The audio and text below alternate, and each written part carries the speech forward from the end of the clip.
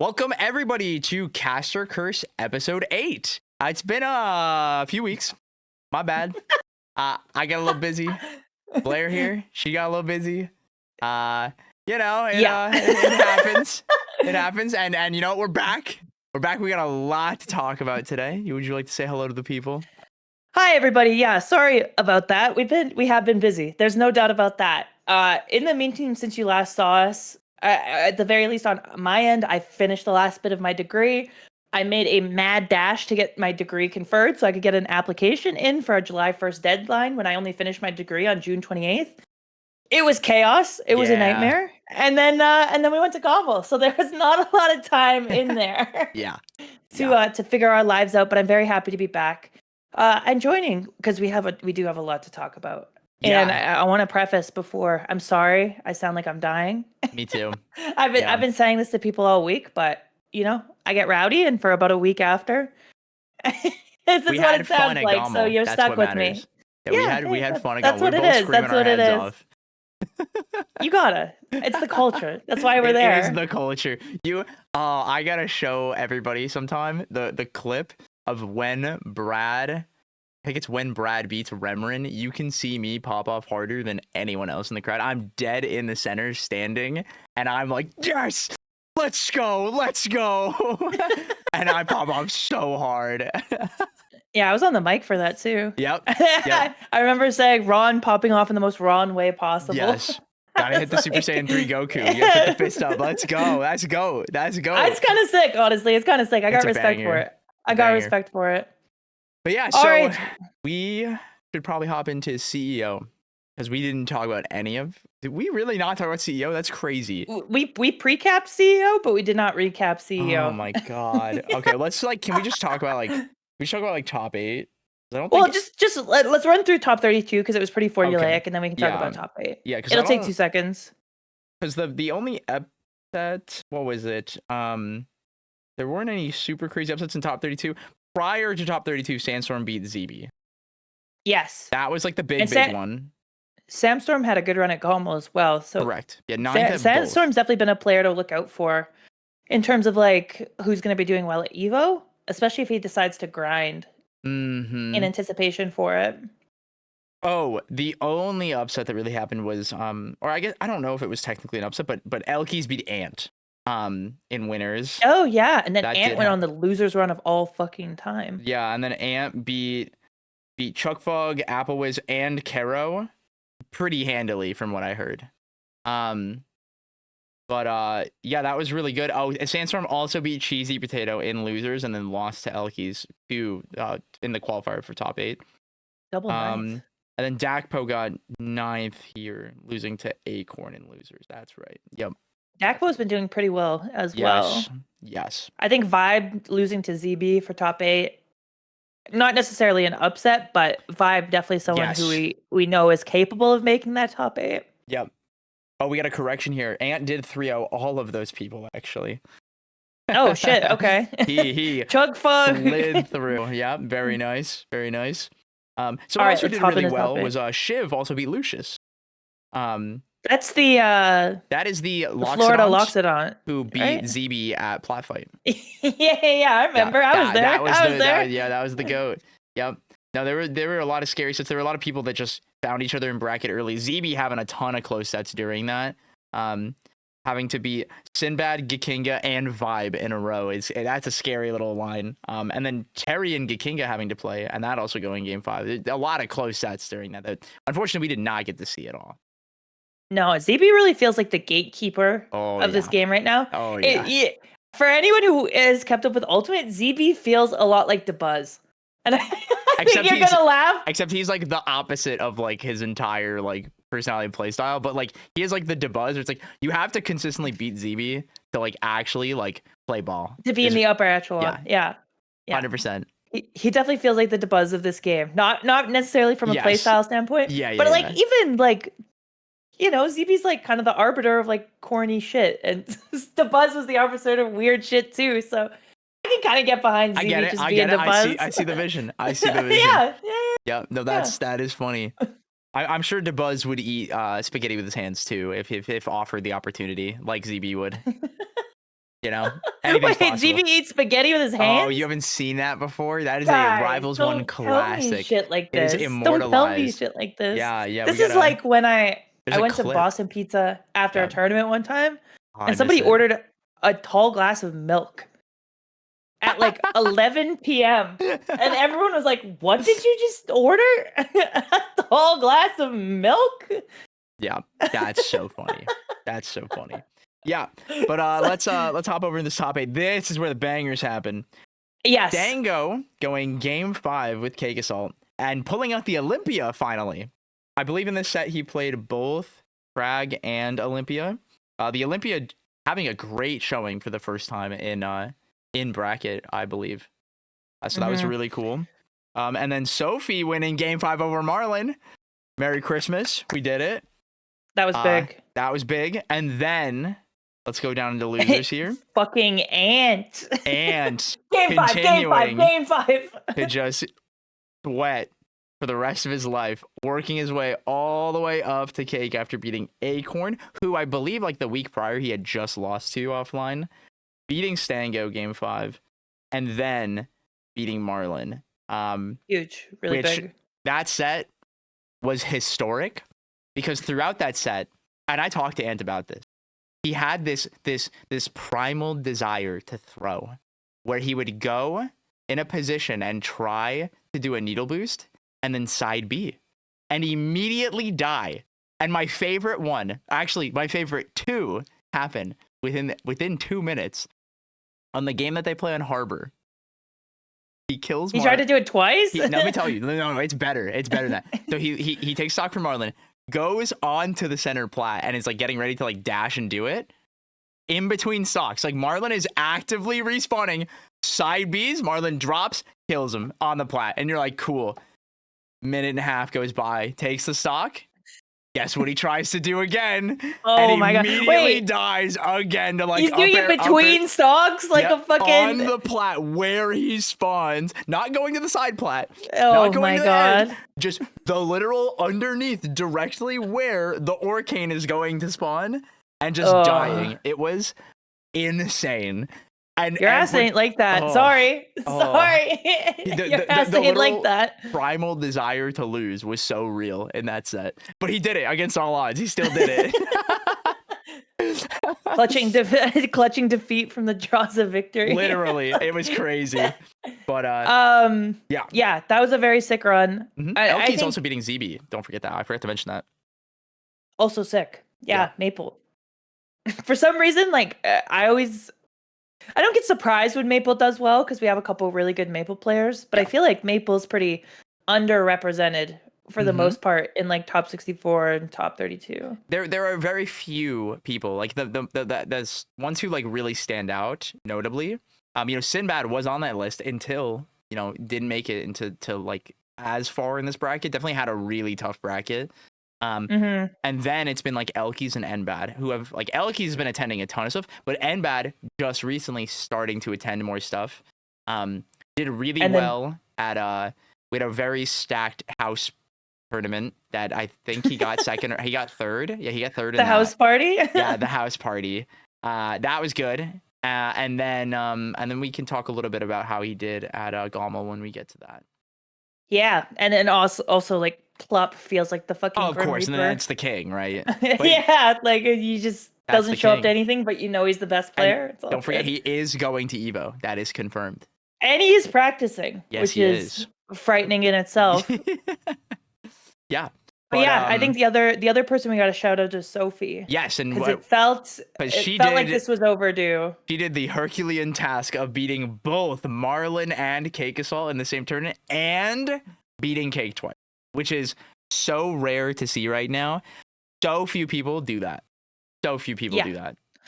I mean, even if you watch Gommel or honestly most other tournaments, by the time Cake hits losers, he's just got another mode. It clicks. Where it's a different player, right? Like as much as you like to meme on like people who play better in losers, it seems like Cake thrives off the pressure of being in losers. Yes. What I think it is there's that little bit of fear, right? Of like, oh my God, I could go to losers. I could lose this, right? And have to go down.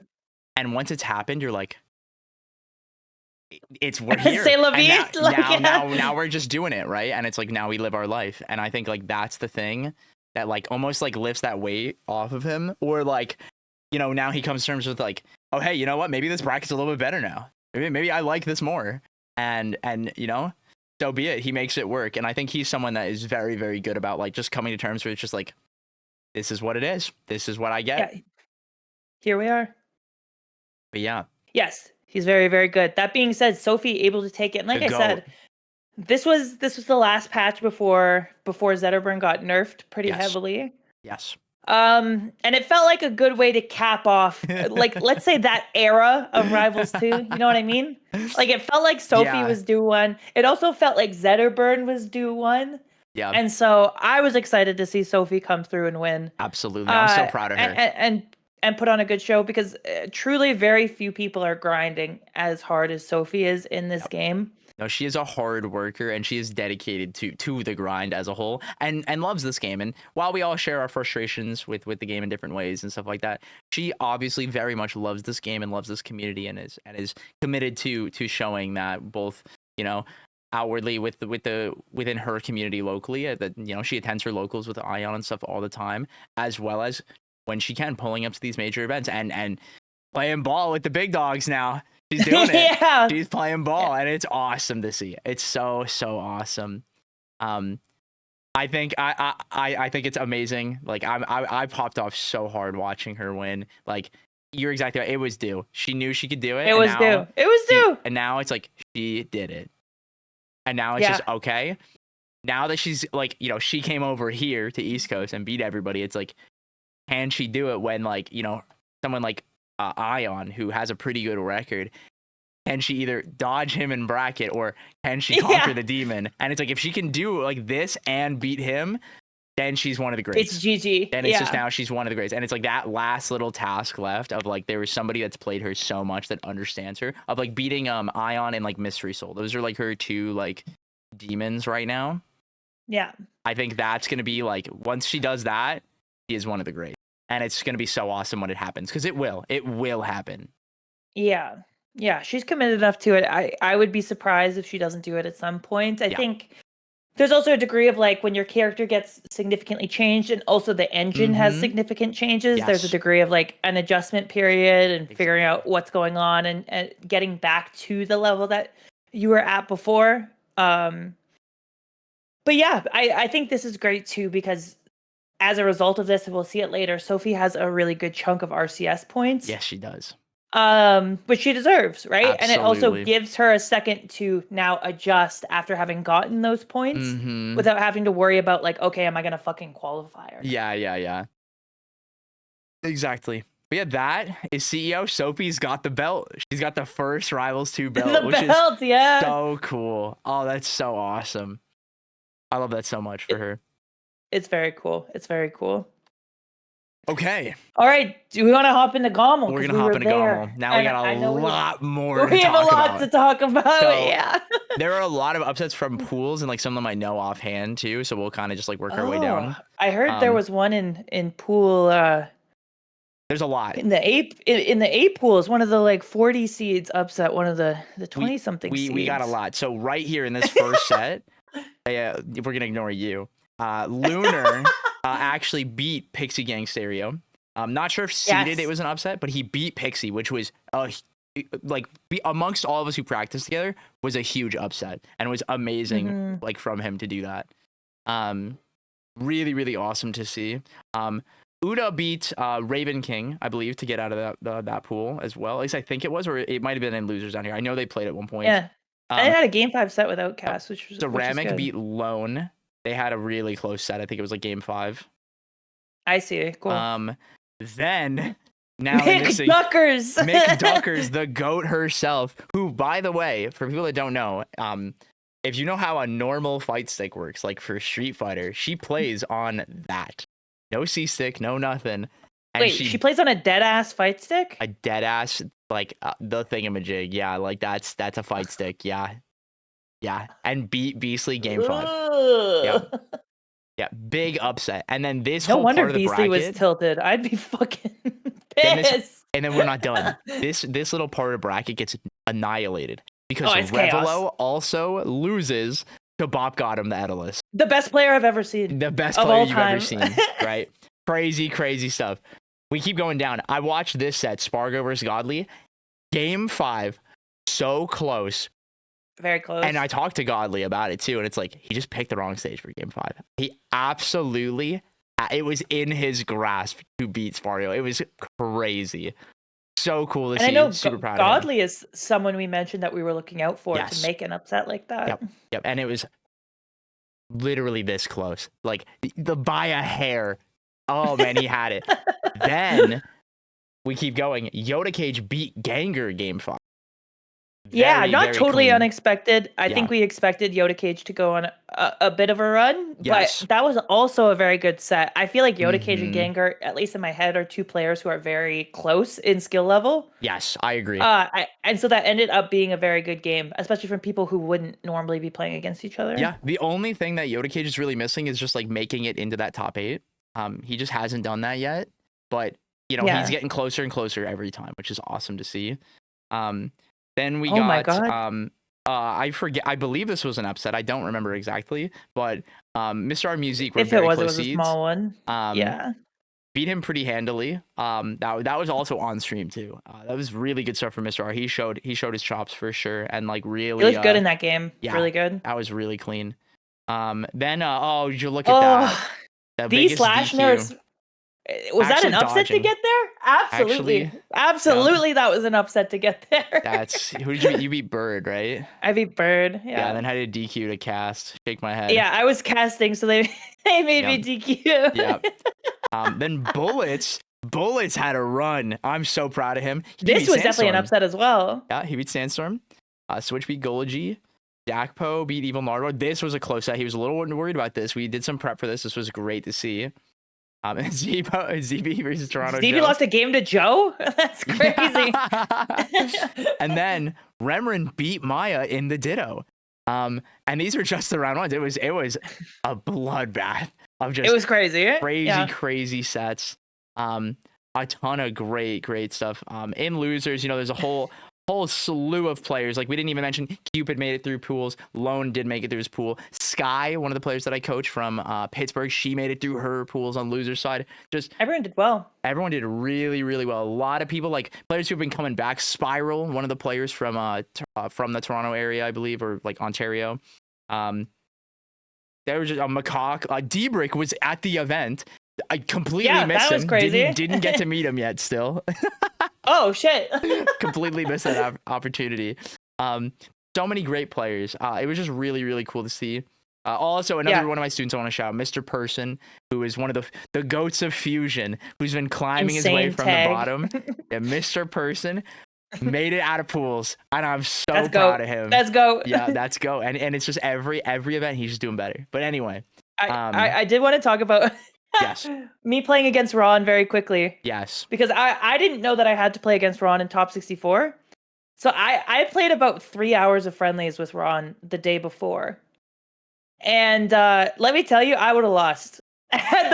No universe you were winning. Yeah. I was not winning that. I played Ron for 3 hours. I think our game count was 33-6. And people came up to me and were congratulating me about the 6. Yeah, that's how fucked up it was. Yeah, Ron is no joke, man. Taking a game off Ron, that's a banger. That was messed up. That's a banger. Yeah, I was messed up.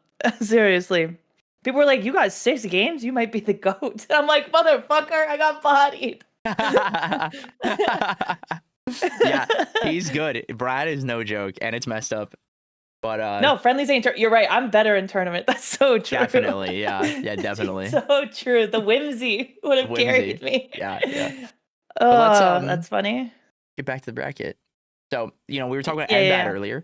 He actually lost Game 5 to Cheesy, and historically he does really well against the Crag. So this was a very I was surprised upset. about that one as well. Yeah, and I know he wasn't too happy about it either. He was not happy. He was not super happy about his performance at this event, but it was a learning experience, and I think that's the biggest thing is like being able to take that the chip on the shoulder and keep going. That's really what it is.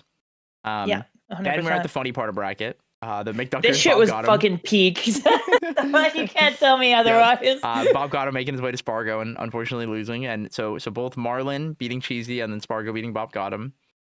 Kate getting to play against Mr. R. Mr. R getting a game. I don't. Maybe he did. I think he did.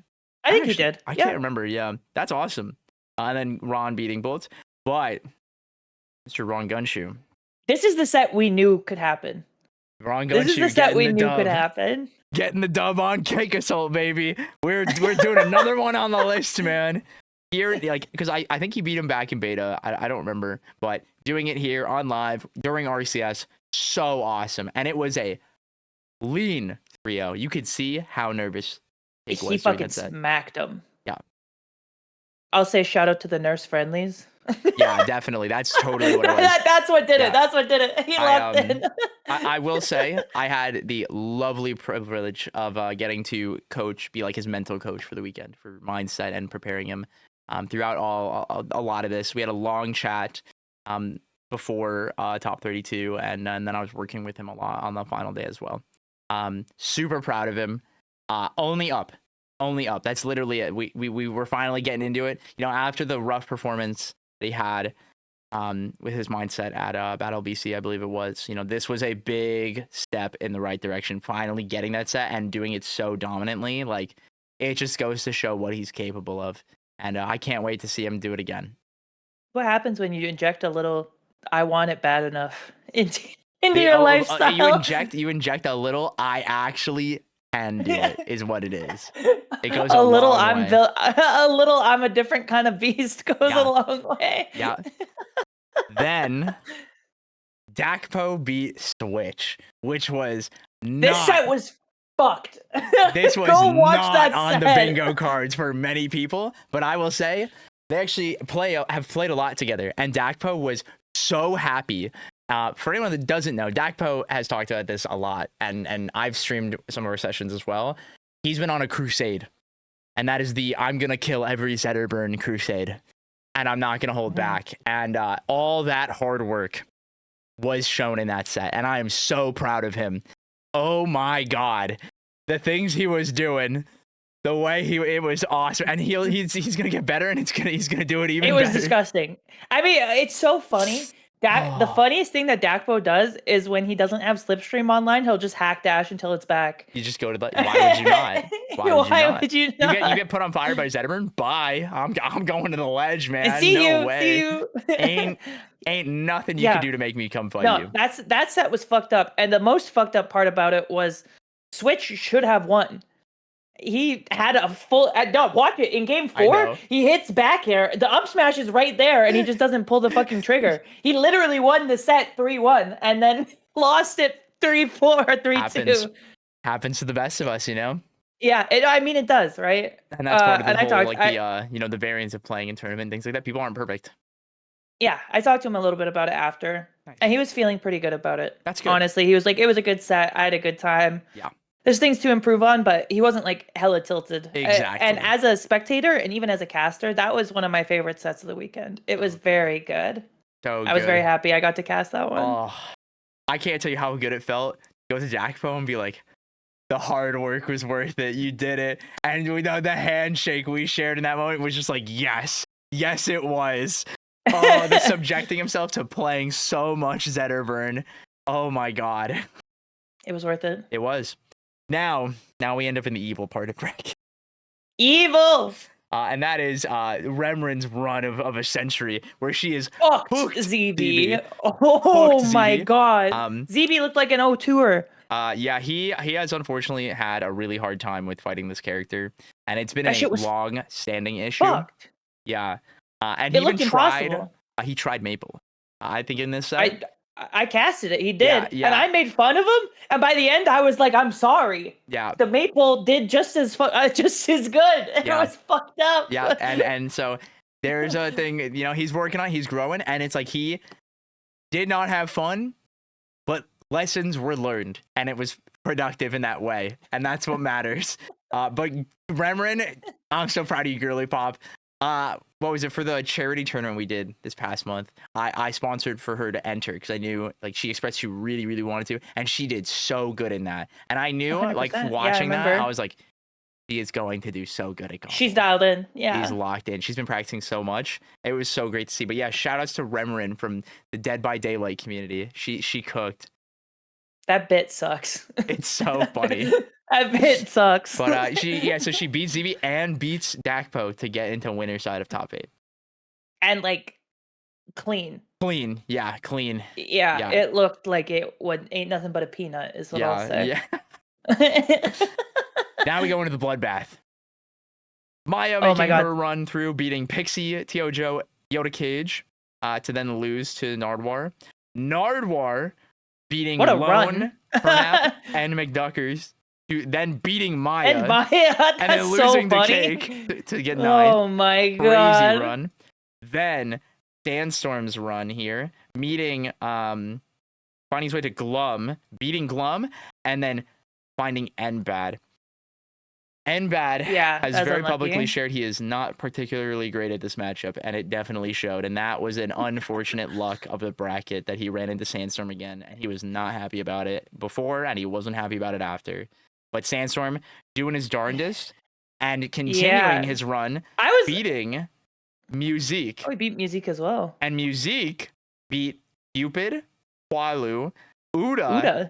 In the ditto. And then lost game 5 in a very close set to getting reverse 3-0'd by Sandstorm. I was upset about this part of bracket because I really wanted to play Sandstorm. Yeah. Just for the culture. That was what I was upset about not getting to do. I felt pretty good about beating Glum. Yeah. But I was like, if I lose to Ron, which is gonna happen, and then go play Glum and then have to go play Sandstorm, it's gonna be fucking forever. So like, yeah, you can't do it. But I was upset because I did want to play like a corny Olympia ditto with Sandstorm, and I knew Nbad wasn't a big fan of the matchup. Yeah. And in that case, it would have been me or Sandstorm playing the same character. Yeah, exactly. So there was part of me that wanted to run it, but I'm glad that Sandstorm ended up doing well. And he did great. He got all the way. He got 9th again, which is awesome. Again, to see. Yeah, super good. Consistency really goes a long way. I had the pleasure of getting to coach him as well at this event, which was really cool. Primarily just providing a lot of like matchup advice and things like that. He's very recently been practicing this game, as crazy as that sounds. He's played it. Yeah, he's pretty new at it. He's genuinely new to the game, where he's like, what does this character do? What stages do I ban? Like, I don't know anything about this character. And he got some unlucky matchups, but I'm sure he will continue to do better and better. Then down here, this is where the chaos really, really starts to happen. Oh man, Gengar beat Godly. I didn't. Gengar beat Godly game 5. Revlo making his way to Synthesis, who beat Beastly. Very early. Bin making his way all the way up to Bullets, who got knocked down earlier, and barely losing it to Bullets, and Bullets making the run of his life all the way to the other side here, where Outcast and D-Brick meet here at Gama on the other side of the country. That's so funny. Then play Mr. R. Mr. R clean beating D-Brick, and then losing to Bullets. Bullets the GOAT. Also set playing of the tournament, by the way. Game 5 set, Endless Ditto of all time. The best set you'll never see. Best set you'll never see. Never see. And then on the other side is ZB for the first time, I think in a very long time, beat Switch. And then ZB also beat Cheesy Potato to get into top 8. ZB and Switch have played so many fucking times. It was so funny. Switch was up on him for a little bit, but it definitely has gone back and forth. It's been slowly going back. It felt like ZB was due. I gotta tell you the funniest thing. I walked up to Kyle, and he was like, I was like, how you doing? He goes, it's so cool. I lost. And I was like, oh, I don't have to play ZB. That's cool.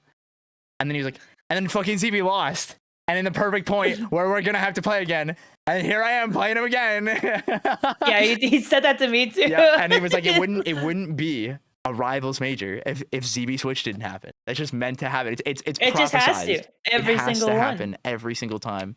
But it's so funny. He's like, it's fine. I love playing Zach. But like, it's just so funny. He's like, can't get away from this fucking kid. I have to play him every tournament. Oh, I would not want to play ZB every tournament. If I could pick any player to not play every tournament, ZB would be pretty high on my list.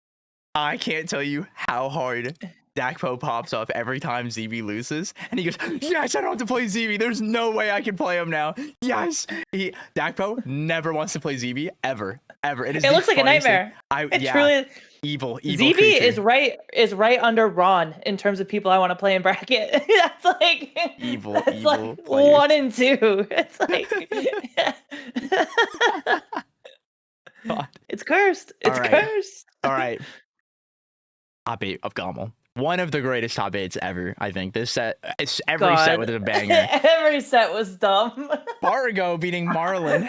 Game 5, Christmas. Came early. Awesome. We love to see that. And Marlin tried the Maple in this matchup as well. Did not and work. It did not work at all. At all. No, not at all. It seems like people are like counterpicking Maple and thinking they could just forward tilt. Like that's what both ZV and Marlin did. I would commentated both sets. Both of them were just like, what if I forward tilted? I wish like it's not that simple. I wish the world could have seen ZB warming up that Maple. And all of us just quietly being like, okay, man. Literally, like, someone ran over and was like, Zeke, DB is trying to play Maple. And I was like, where is he? And they dragged me over, and I'm like, nobody say a word. I'm just going to sit here for a minute, watch this game end, and then he's going to turn around and see me. And then we're going to talk. And it was just... It's rough. I told him we agreed it was cool to try, but I was like, it's not going to work, and he's like, that's fine. And as long as he knew it was not going to work, that's fine. That's all good. Let it rip. Yeah, let it rip. It was very funny because right after that set, historically struggling in day 2s of events, being able to get that win over Remrin. Was really, really big and was a big confidence booster for him. I think that set was tough, and she was really, really cooking a lot of crazy stuff. But he did conquer the creature. It was definitely because I casted that set as well, and I think the biggest thing in that set, it really felt like Ron was playing very like, I should win this, but I keep entering scenarios and where I'm not. You know There's what a lot I mean? of little knowledge checks that he failed because so many of us don't have experience in this matchup at this level. For the longest time, it was just Marlin. And now this event is the first time where it's like Maya and Remrin, both here in attendance, did very well. Yeah, definitely. But yeah, no, it was really interesting to see. Now on to loser side. ZB Bullets.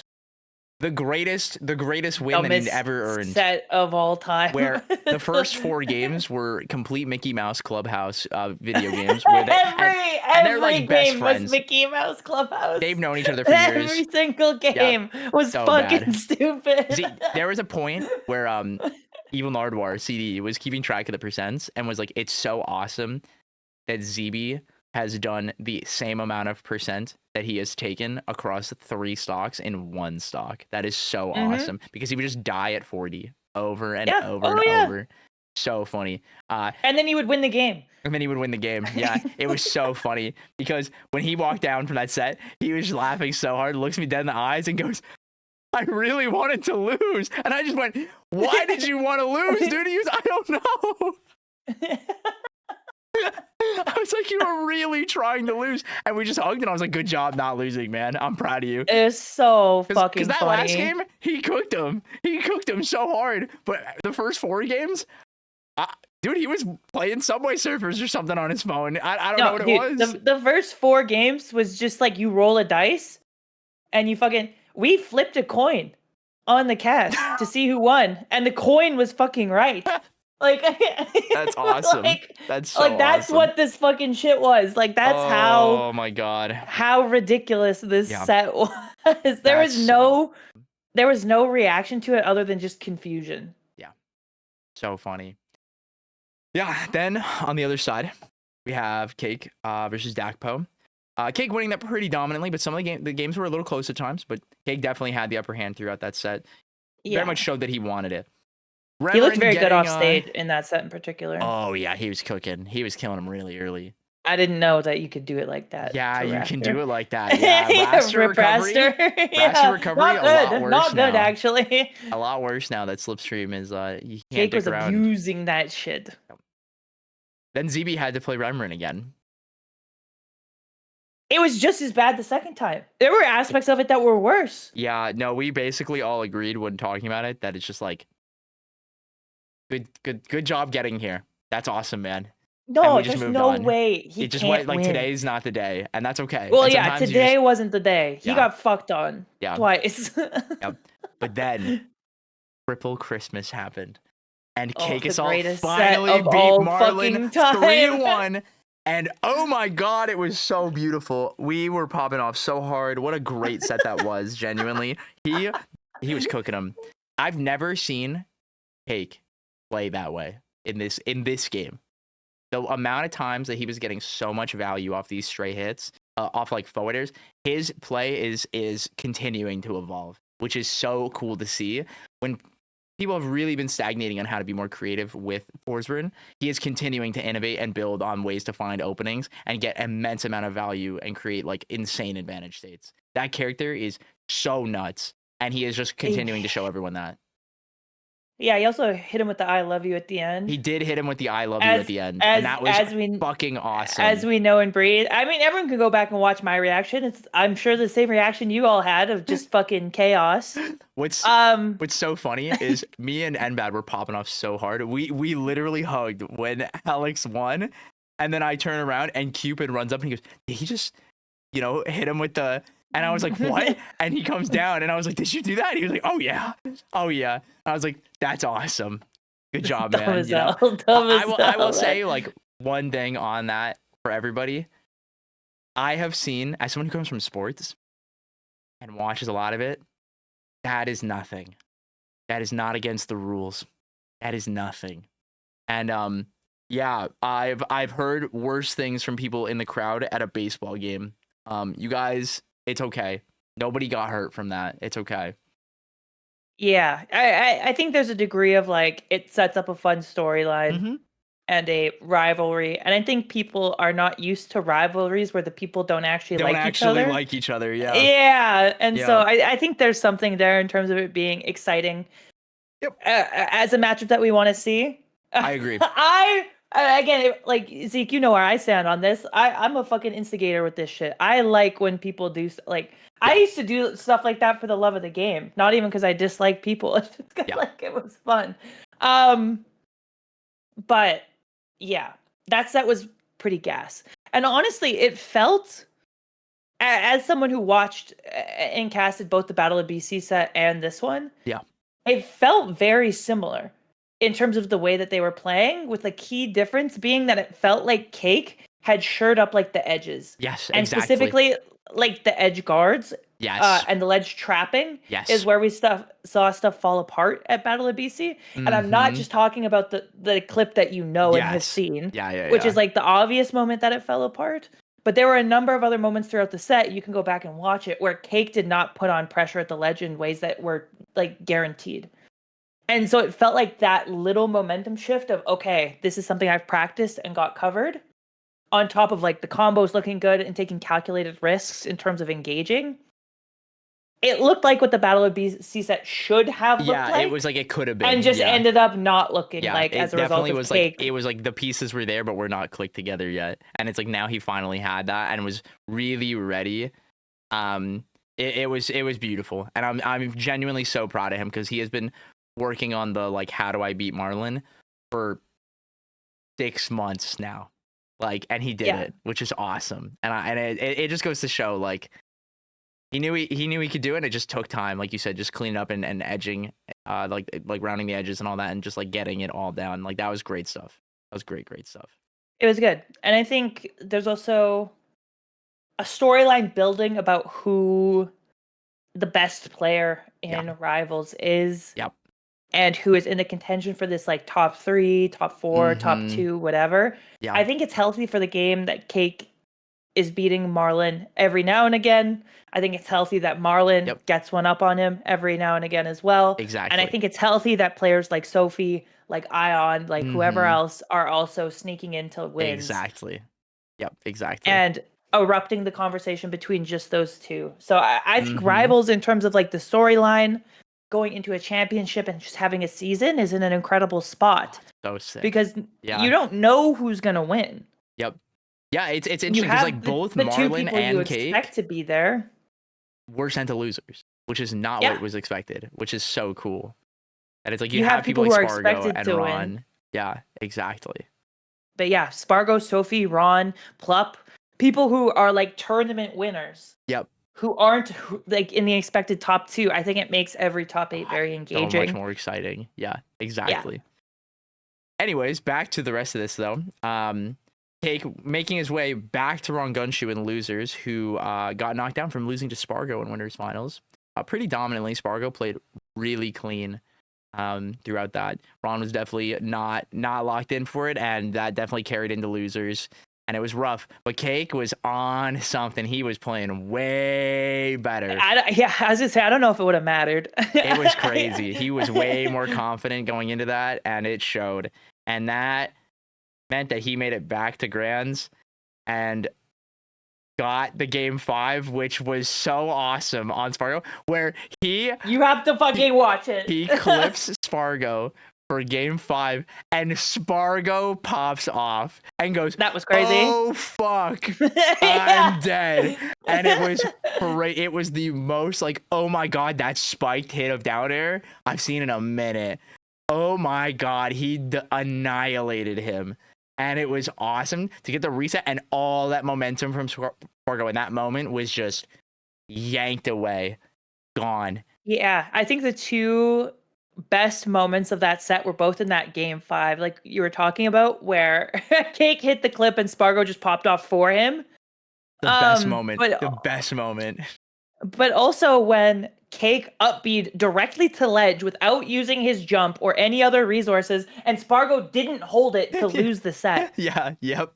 If Spargo had held ledge and rolled, instead of doing neutral get up, he won the fucking set. Neutral get up sucks in this game. That's all there was to it. He would have won the set. Yeah. And instead, Cake psycho mode upbeat right to the fucking ledge with all of his resources left. Like it wasn't game 5. Oh, I love that so much. That's so awesome. Yeah. That shit was dumb as hell. He did it. He became the GOAT. He beat the GOAT. So proud of him, genuinely. Yeah. I think it speaks to like a broader concept in platform fighters of like, and fighting games generally, and honestly any competitive game. I'm broadening this as much as possible, but the idea that the right play isn't always the best play. Nope. And in that moment, had Cake gone low, wasted the resources, used his jump, whatever, he may have gotten back, but without a doubt, Spargo would have been expecting him to do that. And what's so funny, it would have increased the likelihood that Spargo actually hit the edge guard and won the game.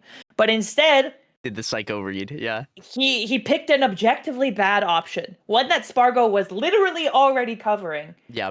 And it worked out. Not only did he get back to the ledge, but it caught Spargo off guard enough that he was able to reset neutral and actually find the win. And I think it speaks to this idea of risk reward and knowing when something that is like quote unquote stupid is unexpected and can get you a pretty big advantage. It goes to show maybe Cake was right. He had to get stupider. You got to start doing some dumb shit. Sometimes you got to get stupider. God bless. Awesome. No, that was really cool. I'm so proud of him. He is just continuing to show everybody that he's the GOAT and can continue to hold down that fort, especially now that he's beaten Marlon. Always happy to see a Cake Assault dub. Triple Christmas. We love to see it. I love it.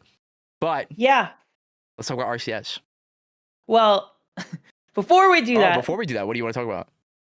I feel obligated for the sake of not coming across bias to talk about some of the mishaps were at Gommel. What do you want to talk about with Gommel? It like just how the bracket ran. Oh, okay. What the stream was like. Okay. I'll talk about what were you getting nervous about? I'll talk about the bracket. I was like, I didn't know what direction we were taking this. All right.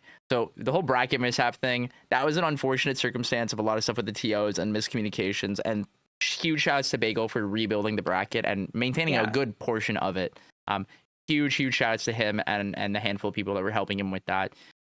Great stuff. And you know, that was really cool. Unfortunate reality was that basically nothing got streamed at this event. We had one stream with very little time on each day. We were delegated to the not Smash stream, which sucks. Well, because they were running so many other fucking games. Yep. And that's what's going to happen at these bigger events too, is just we're going to end up thrown to the side. And it definitely made it feel a little bit less special. It was nice. We still got a stage. We still had all that kind of feel to it. But I know that they were having a lot of issues. I know you know a bit more from being on the inside with like the stream organization side.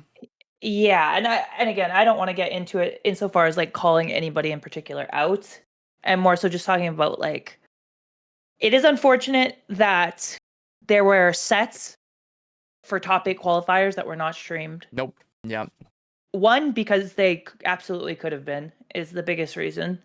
It's not like there was a shortage of casters or time or setups or anything like that. They could have been streamed. The other unfortunate aspect of it is, and this is not, I don't think anyone in particular's fault, but the setups were like marginally crusty, especially on the second day. Yeah. And the problem was they got hot. The game was running on laptops, and because the laptops got hot, unfortunately for a lot of people, including myself in a bracket match, we had actual lag.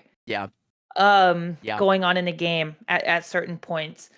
The other unfortunate aspect of it was the monitors that they had originally brought us were all different. Yeah, they were and not. So there were monitors that were like blatantly better, so we actually didn't even use the fucking monitors. Yep. Because in many instances, the laptop screens themselves were better. Yep. The other unfortunate aspect is none of the laptops were set up when we got there at all. And I spent a significant part of my Friday helping set up the laptops. Yeah. And then, it's unfortunate, right?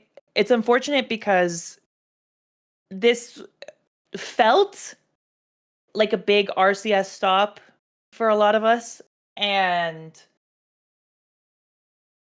Rivals 2 was treated like a side game. And it was, right? Like, Ultimate and Melee are the main games at GOML. Yep. And they always have been, and they always will be. Yep. Until a new Smash releases or whatever. But I think being relegated to that when it felt like this could have been bigger, and especially within the community, what it felt like the spectacle of it was. Yep. It was disappointing. And I think on the back end, it was tough as well. For a couple of the casters who wanted to be there, and specifically in Top 48 wanted to do more stuff, and we had stuff off stream, like specifically the Bop Got 'em and Bullet set, which again could have been streamed. Yeah. And then the other unfortunate aspect of it was, and again, I think this is not anyone in particular's fault, but it's more a matter of circumstance. But I think the stream runner who was the producer for that was an FGC guy. Yeah, no, they didn't know anything about the community. Which is great, right? But they, one, hadn't heard of Rivals before, didn't know any of the players, and weren't, I guess, familiar with like a Smash style game. So they didn't even know how to tell when people had won or not. Yeah. And so what that turned into was a very constant conversation behind the desk while people were trying to cast of like which player is which, where are they from, what are their pronouns, who won what game, who won when, and on top of that, some issues with like the mics being lower quality in that setup than they were on the main setup, and the actual like balancing of the mics not being done properly. And again, I don't think it is any one person in particular. No, it's not one person's fault. It's an unfortunate circumstance that this is how it ended up being. Yeah. As a result of all of these things happening, this event felt less grand in spectacle than maybe it could have. Yeah. And I think some people actually, from reactions I've seen online, some people actually really connected with that. Yeah. In a weird way. I've seen a lot of people say GOML felt a lot like a very exciting, like, local. And there was something nostalgic about having that feel at a major event. Do you know what I mean? Like, some people fuck with that pretty I will heavily. tell you, like, as someone who was just, like, in the soup of everybody playing for a lot of it, it was awesome. And I loved that. But absolutely. I can only imagine how not fun it was to watch the stream. That's the unfortunate reality, and that seemed to be a very shared sentiment, was like watching the stream was not it. Being there that was it. And that's unfortunate because you really need to find like a balance of that. And while it can be fun to have it be a little scuffed, there's a little nostalgic to that. This is RCS, baby. This is real shit. This shit matters. And it does matter a lot for a lot of reasons beyond just the viewer experience. This is like this serious stuff, and it should be treated that way. Yeah. Yeah. And I mean, again, some people fucked with it heavy. Yeah. I'll be honest in that it wasn't my favorite thing. No. And like as you know, and as many people know, like I went and watched all of the VODs back, not just mine. Yeah.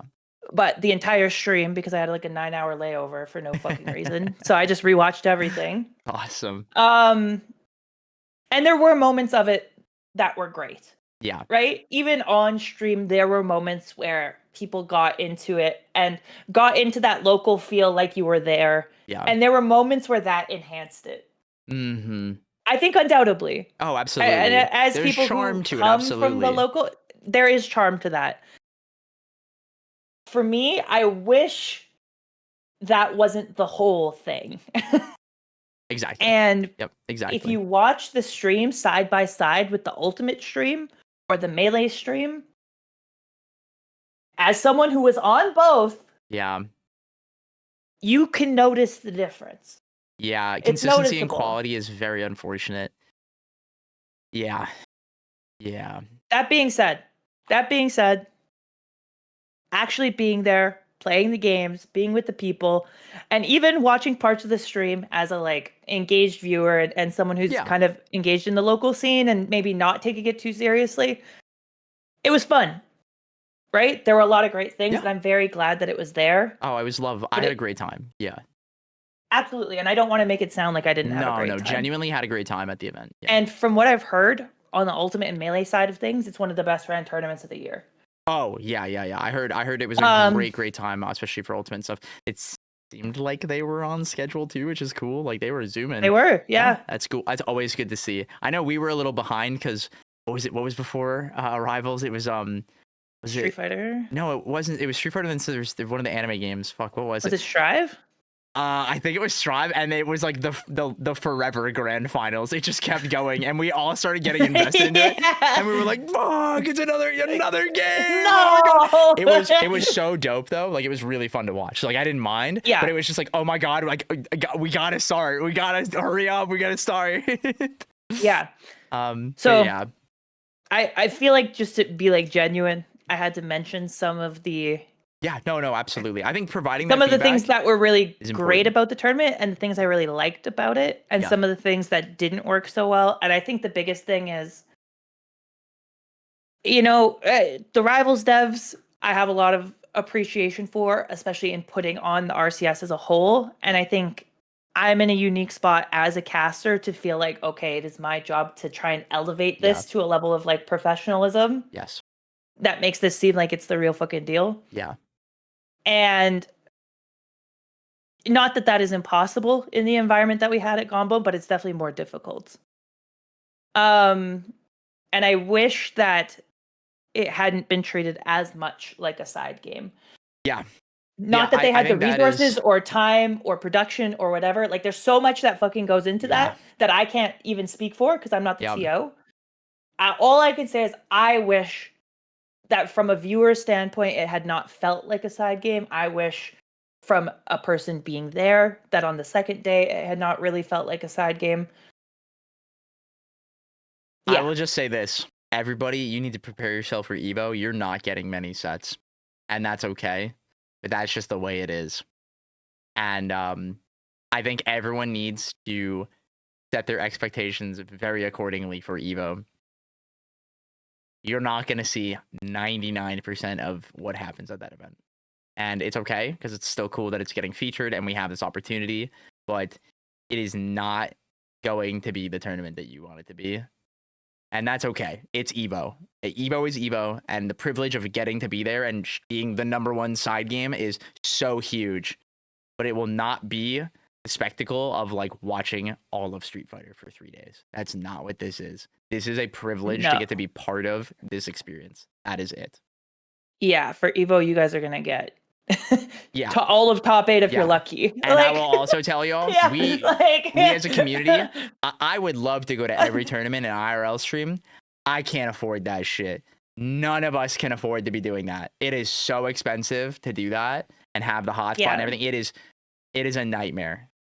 Yeah, and it's like it's too big of a bracket to like rip all the replays. It's too big. It is an unrealistic Herculean task to preserve this event as a thing that happens.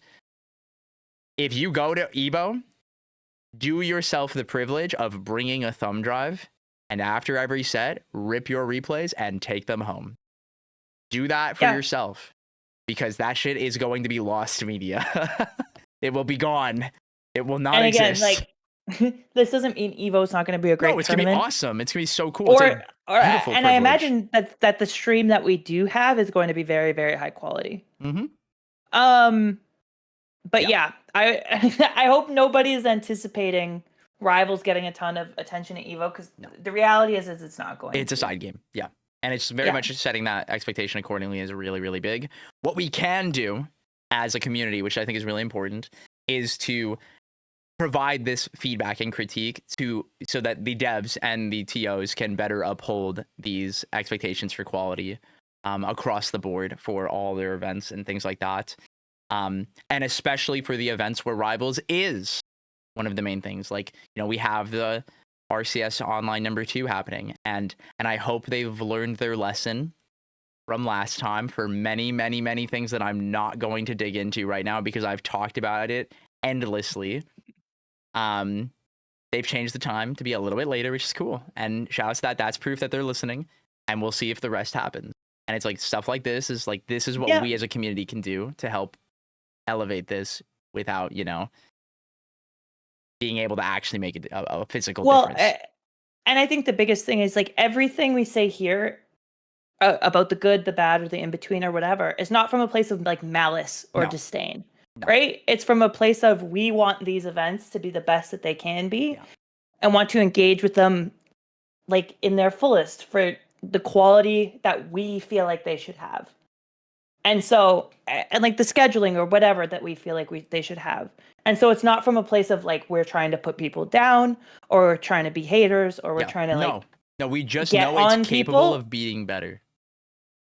There's more, right? There's more we could have done. And I think the gap you saw between, Melee, Ultimate, and Rivals is unfortunate. Yeah. Is it by design to a degree? Yes. Yeah. Should it be as blatant? Next year, I hope not. I hope not. Yeah. Yeah. Yeah. Exactly. Agreed. Okay. To round that off, though. No, you're good. Let's talk about the current RCS rankings with the points that have been earned so far. To no one's surprise, holy fuck, is very much ahead with 295 points. Very cool. As well as they just announced right here, the Europe standings have begun. Yes. For anyone that doesn't know, they just announced, I believe it was like 4 different events, including an online one, either 1 or 2, I forget, for the European region specifically, so that they can have their first place get the opportunity to get flown up to the finals as well, which is so cool. This is really, really, really awesome, and it's a huge privilege that for them to have, as well as the European scene is continuing to grow. Players like, I think Mr. has actually now moved. He's in Mexico. He's in Mexico now, so now it's, Dia, Nalax, Caitlyn, and many others. I know some of the Melee guys there have finally started to... as well. Spider, yep. A lot of the Melee guys have been apparently starting to click with the game more and having a lot more fun, which is awesome to see. I forget the name of who it was, but someone told me like there is a very, very good player from UK who is now like starting to really commit to the game, and that number is continuing to go up and up there, which is awesome. Yeah, I had the privilege of meeting a bunch of the early Rivals community at UFA last year when I went to France, and we got to play that early build of the game. I got to meet Steve, who is one of the devs who lives out in France. Mm-hmm. And it was awesome, just engaging with like the passion that people are having for the game. Even though the game wasn't even out at UFA last year, people were coming up to the setups, trying the game out, playing with me, playing with Fabs, right? That's so cool. and getting to engage with the game, it felt very grassroots in terms Yeah. of like, oh, that looks cool. Let me try it out. Yeah. And so kind of getting people to engage with it that way. I don't know if I'm going to be at UFA this year. I very much hope that I am privileged enough to be. You guys will know as soon as I do, and I'm allowed to say something. Yeah. But yeah, it is very cool that Europe is getting their own events because there is drive for the game out there. Absolutely. There is passion for the game out there, and they deserve to have events as much as anybody else. Absolutely agree. Yeah, super, super cool. I can't wait to see how their scene continues to grow from the attention of like the R2CS. Anyways, next, second is Sofilo. With her win at CEO and many good placements at this point now, getting a big little, I guess the closest person to Cake Assault, rather, is a good way to put it. Yeah. It's insane how much the discrepancy is there because Cake is just attending pretty much everything and continuing to farm. But close behind is Marlon at 140. Marlon kind of got swiped by Genesis and Battle of BC not counting. Yep. Yep, 100%. But that's just the way it goes, you know? No, 100% it is, right? Bro locked in the dubs too early. That's just how it goes. You cashed out too quick. Now Beastly said that too. He's like, I shouldn't have done this here. Shouldn't It's have done this messed Battle up. VC. You needed to save the hero run. Yep. But anyways, to continue, then we got B-Bats, Fargo, Wrong Gunshoe, and Vibe, and then Fullstream. Fullstream sneaking in with his, I believe it's just the online. That's just the RCS. That's crazy. Yeah. It just goes to show you just got to show up and do well. Really cool to see. Great spread of amazing players who are obviously going to continue to do well. Very interested to see how B-Bats does at his next event. Unfortunately, couldn't make it to Gommel. As well as Spargo and Ronganshu and Vibe, who will just continue to do their thing. And they're all age-old question: will Fullstream enter another tournament? Nobody knows. Yeah, we don't know, for real. I hope so, for all our sake. And I think honestly, it's funny to talk about how much Edelus has become on the map since Fullstream's run at the last online event. Yeah. Fuck's sake, why not? Why not? But yeah, it is interesting to see where the standings fall right now, especially because we are fairly early in the season. And do you remember how many people get invited? Was it 5? I thought it was the top 3. Top 3? I thought it was top 5. I think it's top 3, and then one from Europe, and then they would do one from Oceanic. Is there But they're not doing that region, so I don't know. I feel is like there it keeps an LCQ? updating. We don't know. Dude, if there's an LCQ, I'm losing my freaking mind. Yeah, they haven't said anything about how the end of the season. Let me get Dan on the line. We don't even know when this season ends. They haven't told us yet. Get Dan on the line. Which get him on the line right now. I kind of hate. But whatever. It is what it is. Hold up. Do you think we could get Dan on the line? Right now? No. Maybe not right now. Absolutely not right now. No. What? I mean, like 1 week. Maybe. Dan on the line. Guys, tell Dan you want him to be on Caster Curse. I would love to have Dan on to just talk about the game, talk about what it's been like with the community. I would love to ask him on like the community side of things, what it's like having started with this like super grassroots and niche community that has like flourished and become this melting pot of platform fighters. I think it's so cool, and I'd love to get to pick his brain about that. So definitely there would be infinity things to talk about. Yeah, it would be so cool to play 20Q with him. And Dan, I will see you at Supernova, and I'm going to beat you at Brawl so badly, and I can't wait. All right, yeah. I think it'll be interesting to see when the season ends, what kind of tournaments we're expecting. Yeah. I would love to see a LCQ. Yeah. That'd be cool. For the invitational event, maybe even just like a day before or 2 days before, so the person could just extend their. Wouldn't that be fucked up? That'd be crazy. It would be so fucking dope, though, right? LCQs are hype. I remember the Smash World Tour one. That was crazy. I'm DMing SBS with this right now.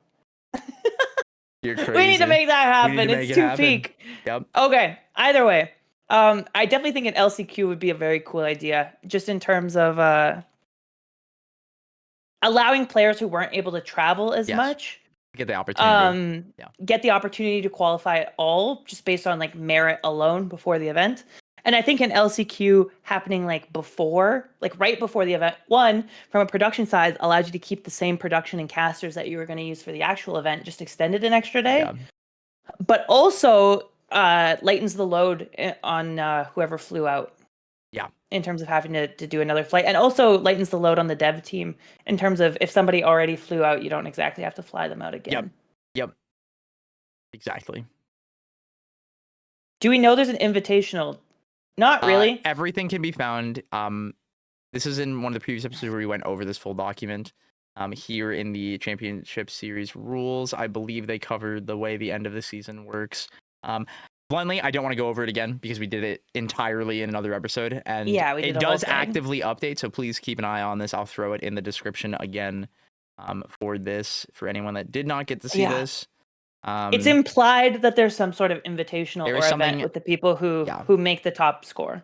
Is the Exactly. implication, but there's no actual confirmation on anything like that. We don't We're know what just event kind it of is either. operating under assumptions. Yeah. We have no idea. Usually it would be Genesis, but based on the way things have been going, it doesn't look like it's actually going to be Genesis. So who knows?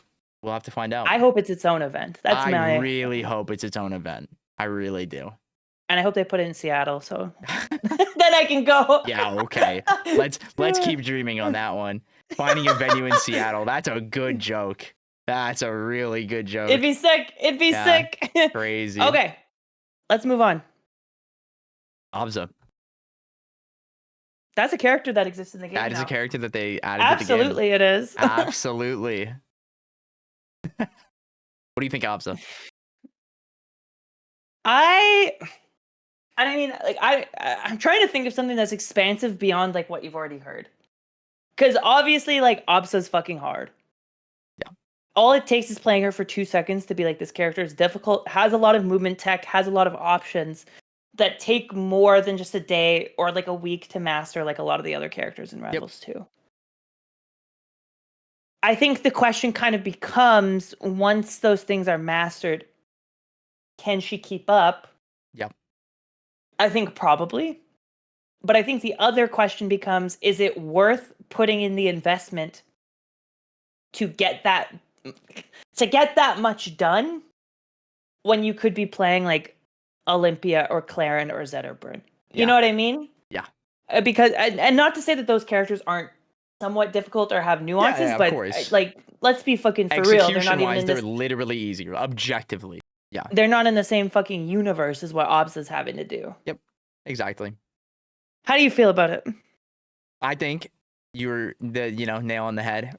The hardest character execution wise to play, and is also on top of that so punishing because of her weight and fall speed and her bad double jump. And double jump. Yeah. She is the character in the game, without a doubt, that if you were to look at every character and been like, oh, you lose your double jump, what percentage chance are you going to die at like above average play? Not even above average players. It's upwards of 60%. You're just gonna die if you lose your double jump. It's insane. Dude, it's like genuinely insane. She is I believe the way I had the lovely pleasure of coaching an explosion yesterday. Him and Potato put it was the cardboard cannon. That's funny. Yeah, it's beyond glass. It's just Absa just gets shredded.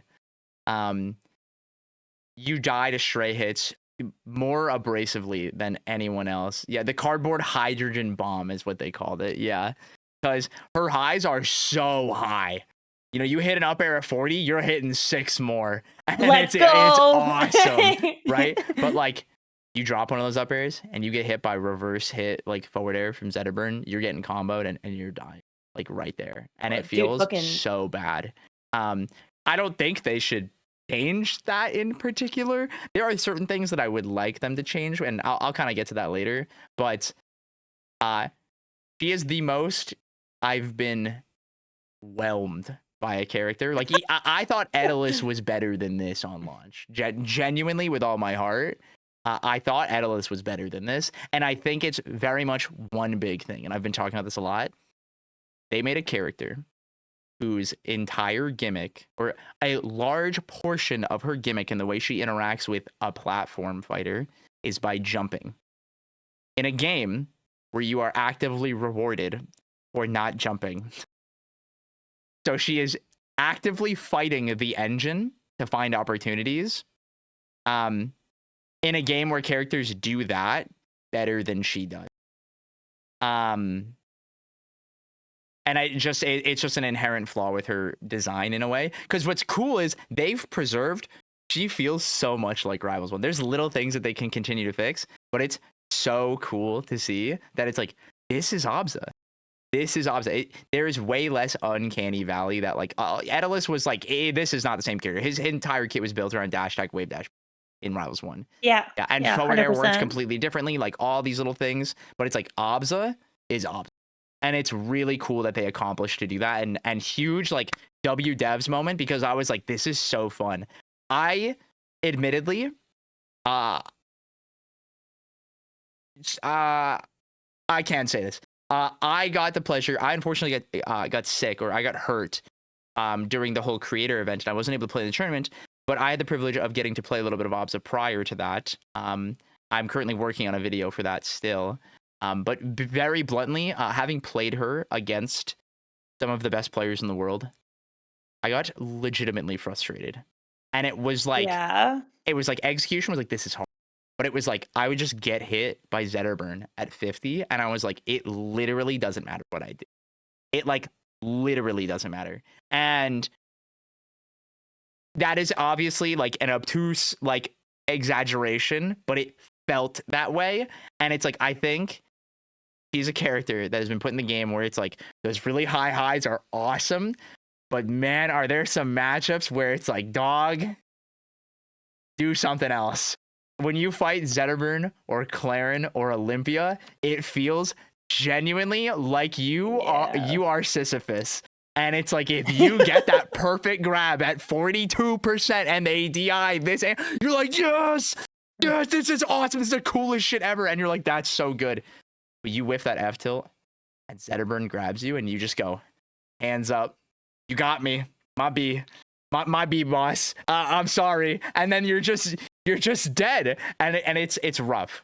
But I think it's okay that characters like that exist, and not every character has to be super good. Like, yeah, that is my extensive, long explanation of how I feel about Absa in this game. I think Absa has some very, very polarizing matchups, kind of like you said, where like against the bigger bodies and a couple of the slower characters, she actually does quite well. I think, at the very least. Like even against like Edalus, who's a little bit faster, I think she does okay. Oh, it's an evil little matchup. Yeah. Yeah, it's just evil. But at the very least, she can play it. Where as it feels like if you are playing Absa into the characters you said, like Zetterburn, Claren, Olympia, or Raster in particular, it's a fucking nightmare. It's truly a fucking nightmare. You're just playing. You're playing a fucking horror game, is what it is. You are. Well, where are you gonna fucking go? There's nowhere to go. Yep. And you unfortunately, because of the way that Absa works, are put into situations where you have to guess. Where other characters just don't. Or you just run away. Like, it's literally like you are guessing, or you are just, I'm actively just gonna give up stage and run away from you. And like, you can only do that so long. And yeah, but then you run away from fucking Zetterburn and your life. He catches you. Yeah, he catches you. Yeah. You get put on the hook. Or like you jump away from Raster and he just smash attacks and there's nowhere to go. Yeah, there's nowhere to go. Yep. So she's tough. She's very hard. Yeah. I think there will be players who are able to mix in enough movement tech. Agreed. To mitigate this weakness. But I think the way that she is now, no matter what, at a high level, she is going to be challenging. Oh yeah, 100%. And once the you main reach that reason above average, you're exactly right. Just because in every single situation against one of these characters that just beats her, you have to always be scared that you're gonna fucking explode. Yeah. And it's not even against true combos. It's against the weird shit that they just throw out, right? Yeah. Like so many times. And this is coming from both the Absa side and the Olympia side, because I played Olympia and Raster against Absa a pretty decent amount. Yep. But you just throw shit out. Oh, and she just explodes. Absa just floats in this space, and Olympia just up Bs, and she'll jump, and her jump's not fast enough to do anything. Yep. Right? You up air with Raster, and then you fucking triple jump up smash, and every other character can get out of it because they can jump, but Absa just gets sweet spotted by it. Yep. And yes, you can get out of this by air dodging, but now if you air dodge, you're extra fucked. Yeah, she's the first character that has to air dodge out of hit stun so frequently. Yep. Yeah, it's bad. So I think like there are again ways around this. I think the gravity hop, the little thing that makes her go low. Oh, gravity jump. Her... You're talking about the jump downwards. Yeah, I actually want to talk about that. But that feels incredibly fucking important. Yeah, learning that in every single match I've played with her, the only way I feel like I can move around the fucking stage is with that. Yeah. Like it feels like that's it. Combined with what you can do with like the quick attack angles and different things like that. I don't think she'll be the worst character in the game. No. I think she's polarizing enough. And I think once people really master her, you're going to see like the upper limit of what her advantage state and even neutral is capable of. Is it worth the price to admission? If you really love Absa, yes. In any other case, I would say no. Yeah.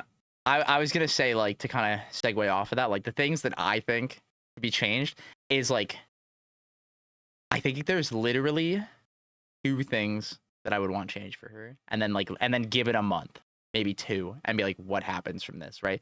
1, I think gravity jump from plat should be bufferable. I think that's totally fine. Because right now I don't think it is, or if it I don't know what it is. It doesn't feel like it does in Rivals 1, and that's the only that's the one thing that doesn't feel the same. I hope that comes. I think that'd be really cool, and it would give a lot more agency to her around plat.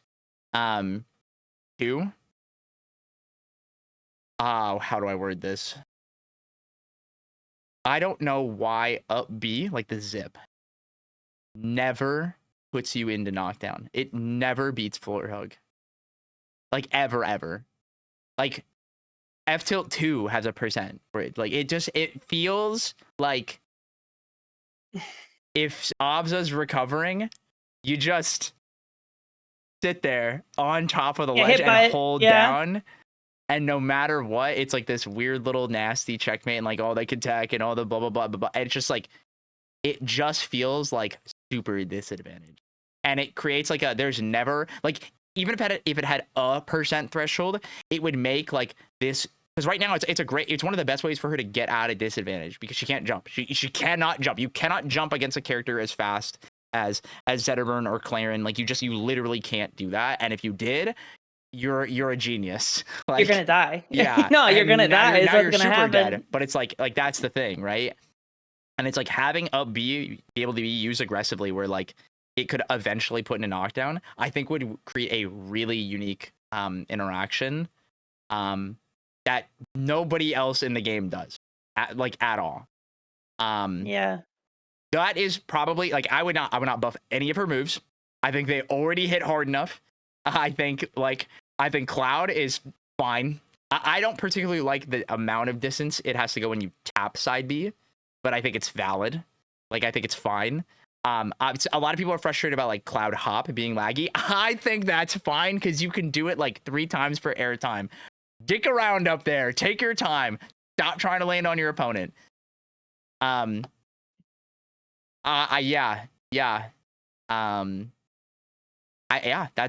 of it. What is there anything that it like stands out to you that you think that like could get changed about her?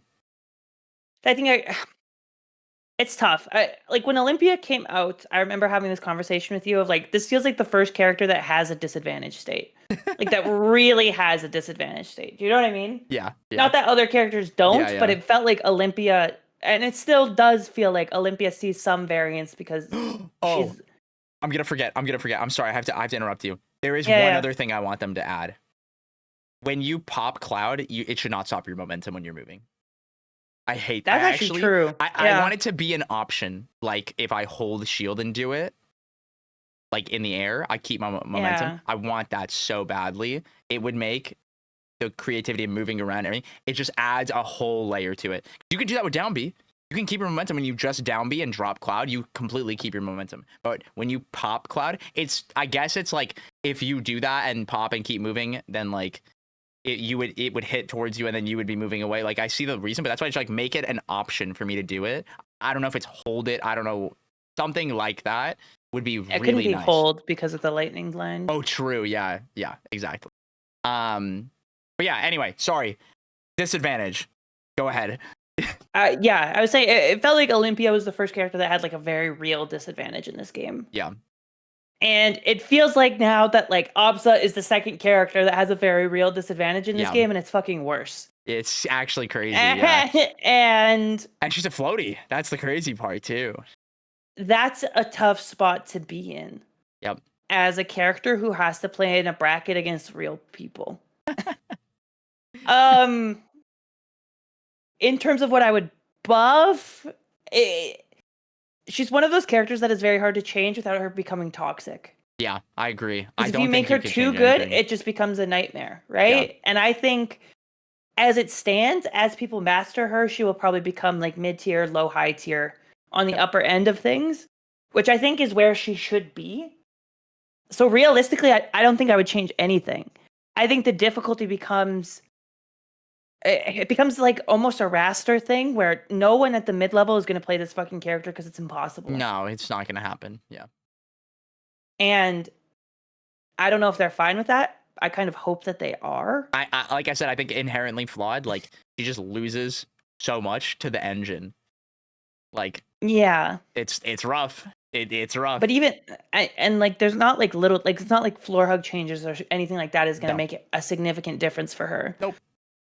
Just her kit. Maybe like if you wanted to buff something, you could buff up throw like a little bit and give her some more consistent like low percent damage off the back of up throw.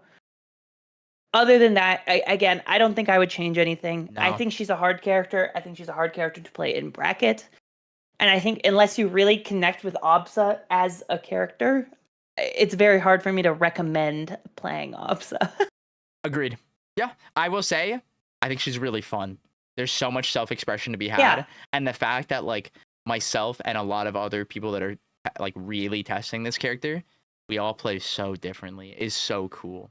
It's so cool. The fact that I play nothing like Nexplosion and Zach, Asashi, none of us play the same in any capacity. And that's so cool because eventually, you know, the mind meld will kind of happen and we'll start copying things from each other. But it's so cool that it's like all of us have a different move that we gravitate towards. And we've talked about this with like Olympia in the past, where like each Olympia was kind of really good at something specific. And it's like with Absa, it's crazy the difference that everyone leans into. Like my move that I love just putting the cloud down with down B. I think it's so broken. Like it's so awesome that I can just put this thing down and you can't do shit about it. I think that's awesome. You stand around it, literally. I mean, fucking. Yeah, what do you do? I play her like fucking ultimate Samus. Yeah. Like I just throw out the cloud and then I fucking stand there and F tilt or up tilt depending on if you jumped or not. Yep, exactly. Like that's just fucking, it's ultimate Samus. Okay, let's play fucking ultimate Samus then. That's all I know how to do. Awesome. But no, it is really cool and I'm excited to see how it goes. And very genuinely, I hope the devs hear this. Like, do not jump the gun on buffing her like we did with Edelus. I think that was a mistake. And, you know, Edelus is whatever now. It's fine. It is what it is. And we're having fun with it. Edelus is funny, to be fair. Yeah, funny is the word. As an Edelus enjoyer, yeah, it's funny. He unironically beats Olympia, and it's fucking annoying. It's really annoying. Because by all accounts, you should fuck him. Yeah, it's crazy. Like, it's funny, really funny little creatures. Yeah, but I really hope let it stew, let it brew, let it whatever you want to call it. Let it do its thing, give it a bit, and I think they know. I think they do, and that's good to see. I think so. You know, a little bit of love on a move here, a little bit of love here, but like, don't make up till hit plat. We don't need to do that. Like, let it exist for a little bit. Let people learn how to use it. We don't need it to do that. Like, you know, don't make back throw kill earlier. Like we don't need that. Like, let it stew a little bit. And while you let it stew, throw a little Slade the Shark in there and marinate it, and it'll be perfect. It'll just be perfect. That's awesome. Keep sizzling. We're good. Wow. Good. Yep. It's fresh. Awesome. It's fresh. Oh, you're obsessed. All right. Any final thoughts on Absa? I got my one. No, let's get into this. Let's get into the tier list. I love it. I love tier list content. I so badly don't want to do this, and I want you to know that. Why? It's fun. It's not about that. I know. I'm gonna preface this right now. I know you're gonna make me mad. I'm not gonna make you mad. Okay, We're all right, friends. all right. We're just gonna do this, and we're gonna get this one over with. Like, we're getting this one over with. This is Yeah, not okay, a let's bang it discussion. out. This is not a discussion, right? Like, That's the best character in the game. that's like the character that is abusing the engine to the most right now.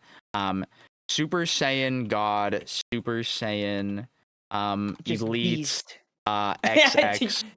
Master wait, of my bad. destruction. My bad. Let me XX. Yeah. Okay. Cool. Yeah, that works. Awesome. Yeah. You think he's in a tier of his own? No. Okay. Yeah. But Okay. these are definitely the ones that stand out significantly, Yeah. and he is just the whale in the room right now. 100%. Yeah. I can't wait for him to lose 20 pounds. That's all I'm gonna say. It's gotta happen. It's gotta happen. He's too heavy. He's too heavy, and fucking edge guarding this character is fucking impossible. They need to lower his weight. They need to make down tilt not knock down at 12%. And they need to make side B go half the distance it goes.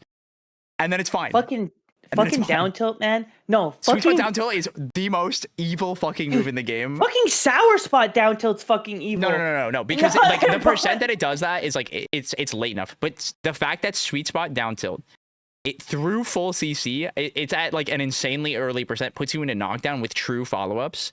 The fact that you can down tilt, force knockdown, up B, and it's a true combo when the move already is undeniable is insane. Insane. There is no reason for that to exist in this game at all. No move should be able to do that. It is so frustrating. Yeah. It's so frustrating. Side B is also too good. It's just too Orca good. Hop goes too far. Oh, Orca Hop, like it goes. I saw Remen recover from fucking Narnia. Yeah. Like that is not what we should with no puddle. Like either, and this is like we need to do one of these. Either you need to make Orca Hop and side B worse, or when Orcane is off stage, we need to be able to get rid of his fucking puddle somehow. Yep. There's one more thing, and I say this to heaven, everyone. We need to manifest this. Why the fuck do Orcane bubbles not go away when you hit him? That is how everything else functions. Even when you grab him, honestly, even that's when true. If Olympia side B's him, the bubbles persist and you get hit by them. It's insane. Everything else like that loses to grab. At least grab should beat it. So frustrating. That like there is no consistency in this function in the game because it makes people trying to learn the game. It's not like there's no consistency in this. So when someone learns this rule for 80% of the characters, and then they're like, why? And it's like, just because, like, why not? Why the hell not? It's incredibly frustrating, like having to teach people that, and people get frustrated by that, and it actually turns them off from the game because there's no consistency in the way the rules work of like how projectiles function and things like that. Yeah, the whale's pretty good. Yeah, he's really good. As well as he's the king floor fucker. You know, with the buff of Strong's beating floor hug now, which I personally love that. I like it. Yeah. Down strong, no lag, frame 7 or whatever. Combos. You just do it off of down throw. You just do it in general. Infinity percent because why the fuck not? And then F strong hits halfway across forest, like it's. And then you like slip and slide with it, and it's just a fucking approach option. Yep. And also, I'm gonna target one combo, and then we're done talking about Orcane. Why the fuck can he forward throw hydroplane back air everyone in the game? No, you told me about this, and I hated it. This is a real combo that you can do, and a lot of people just don't know that they can do it. Because why would you think that? Because that forward throw looks way laggier, but you can do that. You can do that to everyone in the game. It's true.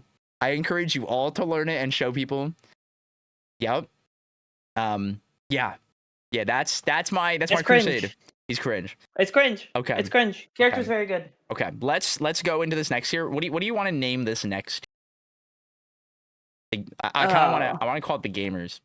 The gamers? Sure, The gamers. let's call it the gamers. Okay. Do you want to call the tier below that the lamers or? We'll get there. We'll get there. Yeah, The yeah. gamers. Do you want to pick? Actually, you know what? Are you cool if I take the lead on this one? Yeah, Because go ahead. I want to do this. I think this is where he goes. You think he's a gamer? I think he's a gamer. And I think it's because he still has really polarizing matchups. I think he is very good, and the buffs to up air especially are very noticeable in matchups. And big thing is like the matchups he wins, I feel like he wins them harder. Like I think he does so good against Forceburn right now. When I tell you that Pixie hits me with up air at 40 and it literally does not matter how I DI, it is not an exaggeration. I have labbed it. It is literally not an exaggeration. If I jump and get hit by up air, I die. If he does forward moving up air, which is crazy. Yeah, I don't know if I would have. We'll have to see how the rest of this shakes out because I think Raster's good, undoubtedly. I think there's a couple things in the game that Raster dedicatedly struggles with that are very frustrating in a tournament setting and cause a style of play that again can be frustrating to engage with on both sides to a degree. It's better now than it was. Most definitely better. Yes. But there's also aspects of his play that are weaker than they were. I think it's hard to make Raster truly suck, especially with like the presence he's able to have on certain parts of the stage, right? Yeah. But I do think he struggles in more dedicated areas than a couple of other characters. And that's why I don't think he's in this god tier like some people do. Sure. Like, I think he cannot be there because from 0 to 30, you're picking your nose. Like you're just literally picking your nose. It sucks to play him. Yeah. Well, and like to be fair, like if someone DI out and SSDI out on every fucking hit, that's not a down air. Like your combos do shrink significantly. Yeah. Yeah. It becomes like very like what it becomes is this very high skill, like knowing how to combo that exact character, weight and fall speed in that position. Like, you know, one of the big things like people have popularized, like I know I've talked about Pixie a lot, is like comboing into up tilt and then comboing off of up tilt. Like that is the new direction that the character is going, and there's a reason it's called the truth nuke, and that's because you die. You're getting hit with the truth. You die here. That's just pretty good. I'll give it up. That's just pretty good. It's not up to you, and it's still like this is a character that like the ceiling is only going higher. But I think the things that push him down are not going to change, and that being Zetterburn and Orcane and the engine and Orcane is impossible. Yeah, and it's so fucking hard. And his recovery, like his up B being borderline unsnappable, like if not